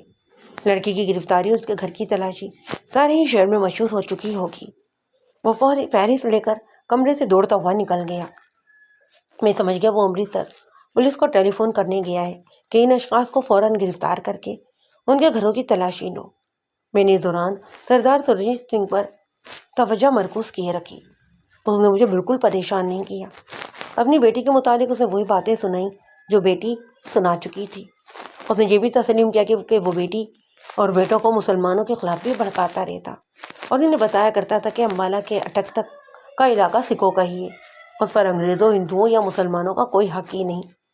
لیکن اس کی بیٹی نے جب اپنے بھائیوں سے کہا کہ وہ تحریک میں شامل ہو جائیں جو مسلم کشی کے لیے کام کر رہی ہے تو اس نے مخالفت کی، کیونکہ پکڑے جانے کا بھی ڈر تھا۔ اس کے بعد گھنشیام اور اس کی خفیہ تحریک کے متعلق پتہ چلا۔ فوراً ہی بیٹوں نے بھی باپ کو بتایا۔ گھنشیام اور لڑکی کے تعلقات صرف سیاسی نہیں بلکہ معاملہ قابل اعتراض ہے۔ باپ بہت ہی پریشان ہوا، وہ سارے ہی شہر میں بدنام ہو گیا تھا۔ اس کے کہنے پر اس کے بیٹوں نے گھنشیام کو قتل کی دھمکی دی۔ باپ نے انہیں کہا کہ الفاظ تک ہی رکھنا ورنہ اور بھی زیادہ رسوائی ہوگی۔ گھنشیام آخری بار امرتسر آیا۔ ایک شام لڑکی کی ماں نے کچھ نکالنے یا رکھنے کے لیے صندوق کھولا تو زیورات کے ڈبے خالی دیکھے، صرف ہار والا ڈبہ اور زیورات کی کئی اشیاء غائب تھی۔ اسی صندوق میں کچھ رقم بھی تھی، وہ بھی غائب تھی۔ ماں نے سر پیٹ لیا۔ بیٹوں کو معلوم ہوا تو وہ اس مکان میں گئے جو گھنشیام ٹھہرا کرتا۔ انہیں بتایا گیا کہ وہ ہڑا ایکسپریس سے چلا گیا ہے۔ بیٹے ریلوے اسٹیشن گئے تو گاڑی چل رہی تھی، انہیں اپنی بہن نظر آ گئی، وہ آگے کو دوڑی جا رہی تھی، اس کے پیچھے وہ دوڑے مگر بہن گاڑی میں سوار ہو گئی اور بھائی پیچھے کہیں گاڑی میں ہی سوار ہو گئے۔ بیٹوں کی غیر حاضری نے باپ کا برا حال کر دیا۔ وہ انہیں اور اپنی بیٹی کو ڈھونڈتا پھر رہا تھا، اس ڈر سے کسی سے پوچھتا بھی نہیں تھا کہ رسوائی ہوگی۔ 3 روز بعد اس کے بیٹے بہن کو لے کر آ گئے اور باپ کو بتایا کہ وہ گھنشیام کو بھی قتل کر کے آئے ہیں۔ انہیں یقین تھا کہ وہ پکڑے نہیں جائیں گے مگر پکڑے گئے تھے۔ اتنے میں انسپکٹر راجرز آ گیا۔ اس نے امرتسر کے ڈپٹی کمشنر کو ملازم کے نام پتے بتا کر کہہ دیا کہ انہیں فوراً گرفتار کر لیا جائے، ان کے گھروں کی تلاشی میں جو اشیاء برآمد کرنی تھی وہ بھی بتا دیں۔ میں نے اسے لڑکی کے باپ کا بیان سنایا اور رائے یہ دی کہ اس کے پاس اور کچھ نہیں۔ انسپکٹر راجرز نے اس پر بہت جرح کی اور مجھے کہا کہ میں اسے کمرے میں بھیج دوں۔ باپ نے مجھ سے پوچھا، اب میرا کیا بنے گا؟ میری بیٹی کا کیا بنے گا؟ اس نے ایک بار بھی اپنے بیٹوں کے متعلق نہیں پوچھا، اسے بس بیٹی کا ہی غم کھا رہا تھا۔ میں نے اسے کہا مسلمانوں سے نفرت کرتے ہیں، میں آپ کے دل میں مسلمانوں کی محبت پیدا کروں گا۔ ہم کھانے اور ذرا آرام کرنے کے لیے چلے گئے۔ شام کو ہم دونوں بھائیوں کو اکٹھے ہی تفتیشی کمرے میں لے گئے، انہیں خبردار کیا کہ ان کا جرم ہر ایک تفصیل کے ساتھ معلوم ہو چکا ہے۔ اگر انہوں نے کچھ چھپانے کی کوشش کی نا تو انہیں قانون کی طرف سے سزا سے پہلے اس کمرے میں انہیں بڑی بھیانک سزا ملے گی۔ وہ دونوں اس قدر دلیر تھے کہ میں انہیں احمق ہی کہوں گا۔ بڑے بھائی نے کہا چھپانا کیا ہے، بہن کے یار کو قتل کیا ہے، کہیں ڈھاکہ تو نہیں ڈالا نا؟ چھوٹے بھائی نے بھی ہاتھ میرے منہ کے قریب لا کر زور سے ہلایا اور دھمکانے والے لہجے میں بولا ہم جھوٹ نہیں بولیں گے، لیکن یاد رکھو ہم پر جھوٹا الزام نہ لگانا۔ ہم سر اونچا کر کے کہیں گے کہ ہاں ہم نے اپنی بہن کے یار کو قتل کیا ہے۔ ان بھائیوں نے کچھ اسی قسم کی باتیں کی۔ میں نے ان بھائیوں کو کھل کر داد دی، انگریز انسپکٹر راجر سے بھی ان کی تعریف کروائی، اور سکھوں نے بڑی فخر سے ساری واردات سنا ڈالی۔ اس کا خلاصہ آپ اور اس کے باپ کی زبان سے سن چکے ہیں۔ اس میں جو رہ گیا تھا وہ بھائیوں نے اس طرح پورا کیا۔ جب انہیں یہ پتہ چلا کہ ان کی بہن زیورات اور نقدی سمیت لاپتہ ہے تو وہ گھنشیام کے اس دوست کے گھر گئے جہاں پر وہ ٹھہرا کرتا تھا۔ انہیں پتہ چلا کہ وہ ہیڑا ایکسپریس سے چلا گیا ہے۔ ان کے پاس کچھ پیسے تھے، ایک آڑتی سے انہوں نے خاصی رقم لے لی، ایک چاقو دونوں کے ہی پاس تھا۔ وہ ریلوے اسٹیشن چلے گئے، لیکن کسی اور طرف سے پلیٹ فارم پر گئے۔ انہیں بہن اس وقت نظر آئی جب گاڑی چل پڑی اور انجن کی طرف بہن دوڑی چلی جا رہی تھی۔ وہ بھی اس کے پیچھے دوڑی، لیکن گاڑی تیز ہو گئی۔ بہن کو انہوں نے آگے والے ایک ڈبے میں سوار ہوتے دیکھا تو وہ پچھلے ایک ڈبے میں بغیر ٹکٹ کے سوار ہو گئے۔ راستے میں ٹکٹ چیکر آیا تو انہوں نے امرتسر سے آگے کے تیسرے یا چوتھے کسی اسٹیشن تک کے ٹکٹ بنوا لیے۔ مجھے اب اسٹیشن کا نام یاد نہیں رہا۔ جہاں بھی گاڑی رکی انہوں نے انٹر اور تھرڈ کلاس کے ڈبوں میں بہن کو دیکھا۔ انہیں کہیں بھی بہن نظر نہ آئی، رات ہو چکی تھی۔ سیکنڈ اور فرسٹ کلاس کے تمام ہی ڈبوں کے شیشے اور شٹر گرے ہوئے تھے۔ یہ تو انہیں معلوم نہیں تھا کہ ان کی بہن سیکنڈ کلاس میں جا رہی ہے۔ ان کے ٹکٹ والا اسٹیشن گزر گیا، انہوں نے پرواہ نہ کی اور دلی تک چلے گئے۔ وہاں سیکنڈ کلاس سے مسافر اترے تو بھائیوں نے بہن اور گھنشیام کو دیکھ لیا۔ بہن انہیں نہ دیکھ سکی۔ وہاں سے گاڑی چلی تو وہ اسی بوگی کے ساتھ والے کمانڈ کے اوپر چڑھ گئے، وہ انٹر کلاس تھا۔ گاڑی جب دلی سے آگے نکل گئی تو وہ دونوں انٹر کلاس کے پائیدان سے سیکنڈ کلاس کے پائیدان پر چلے گئے۔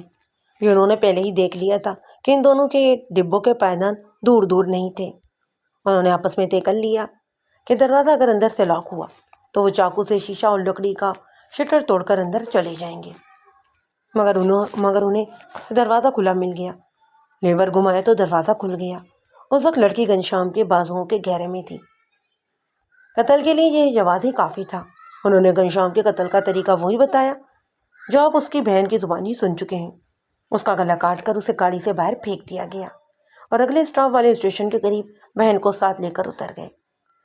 دوسرے دن انہوں نے بہن کو کنویں میں پھینکنے کا فیصلہ کر لیا، لیکن میں بروقت پہنچ گیا۔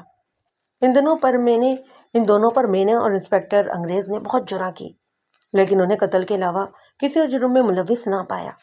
ماتا کے گروہ کے ساتھ ان کا کوئی تعلق ہی نہ تھا، بلکہ وہ اس گروہ کے اس قدر خلاف تھے کہ انہوں نے گھنشیام کے امرتسر والے دوستوں کی بھی نشاندہی کی اور اس کے خلاف گواہی دینے کی بھی پیشکش کی۔ دونوں بھائی ہمارے ملزم نہیں تھے۔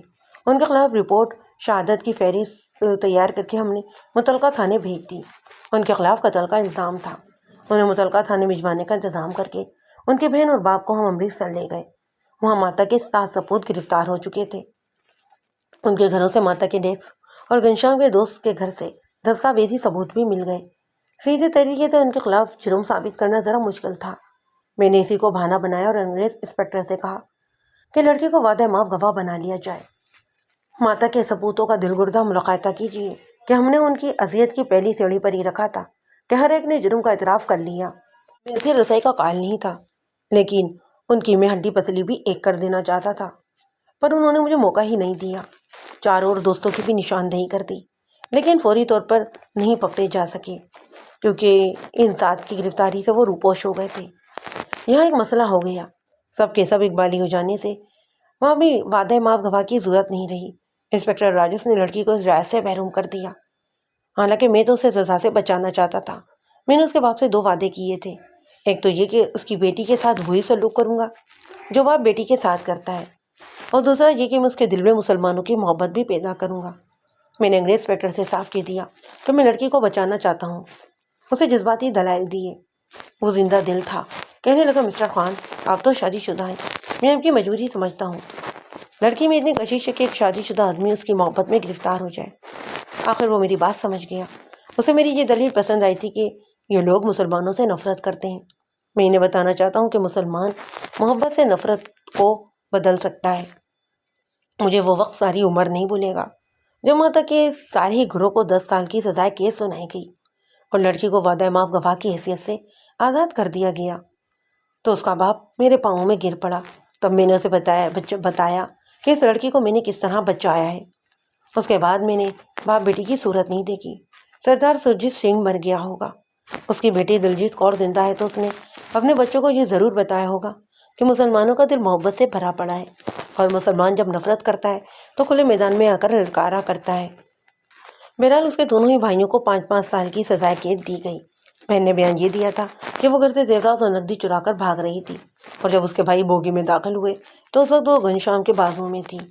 اس بیان سے فوری اشتعال ثابت ہو گیا۔ اسی بیان پر انہیں تھوڑی سی سزا ملی۔ بہن نے بھائیوں کو بھی سزائے موت یا عمر قید سے بچا لیا تھا۔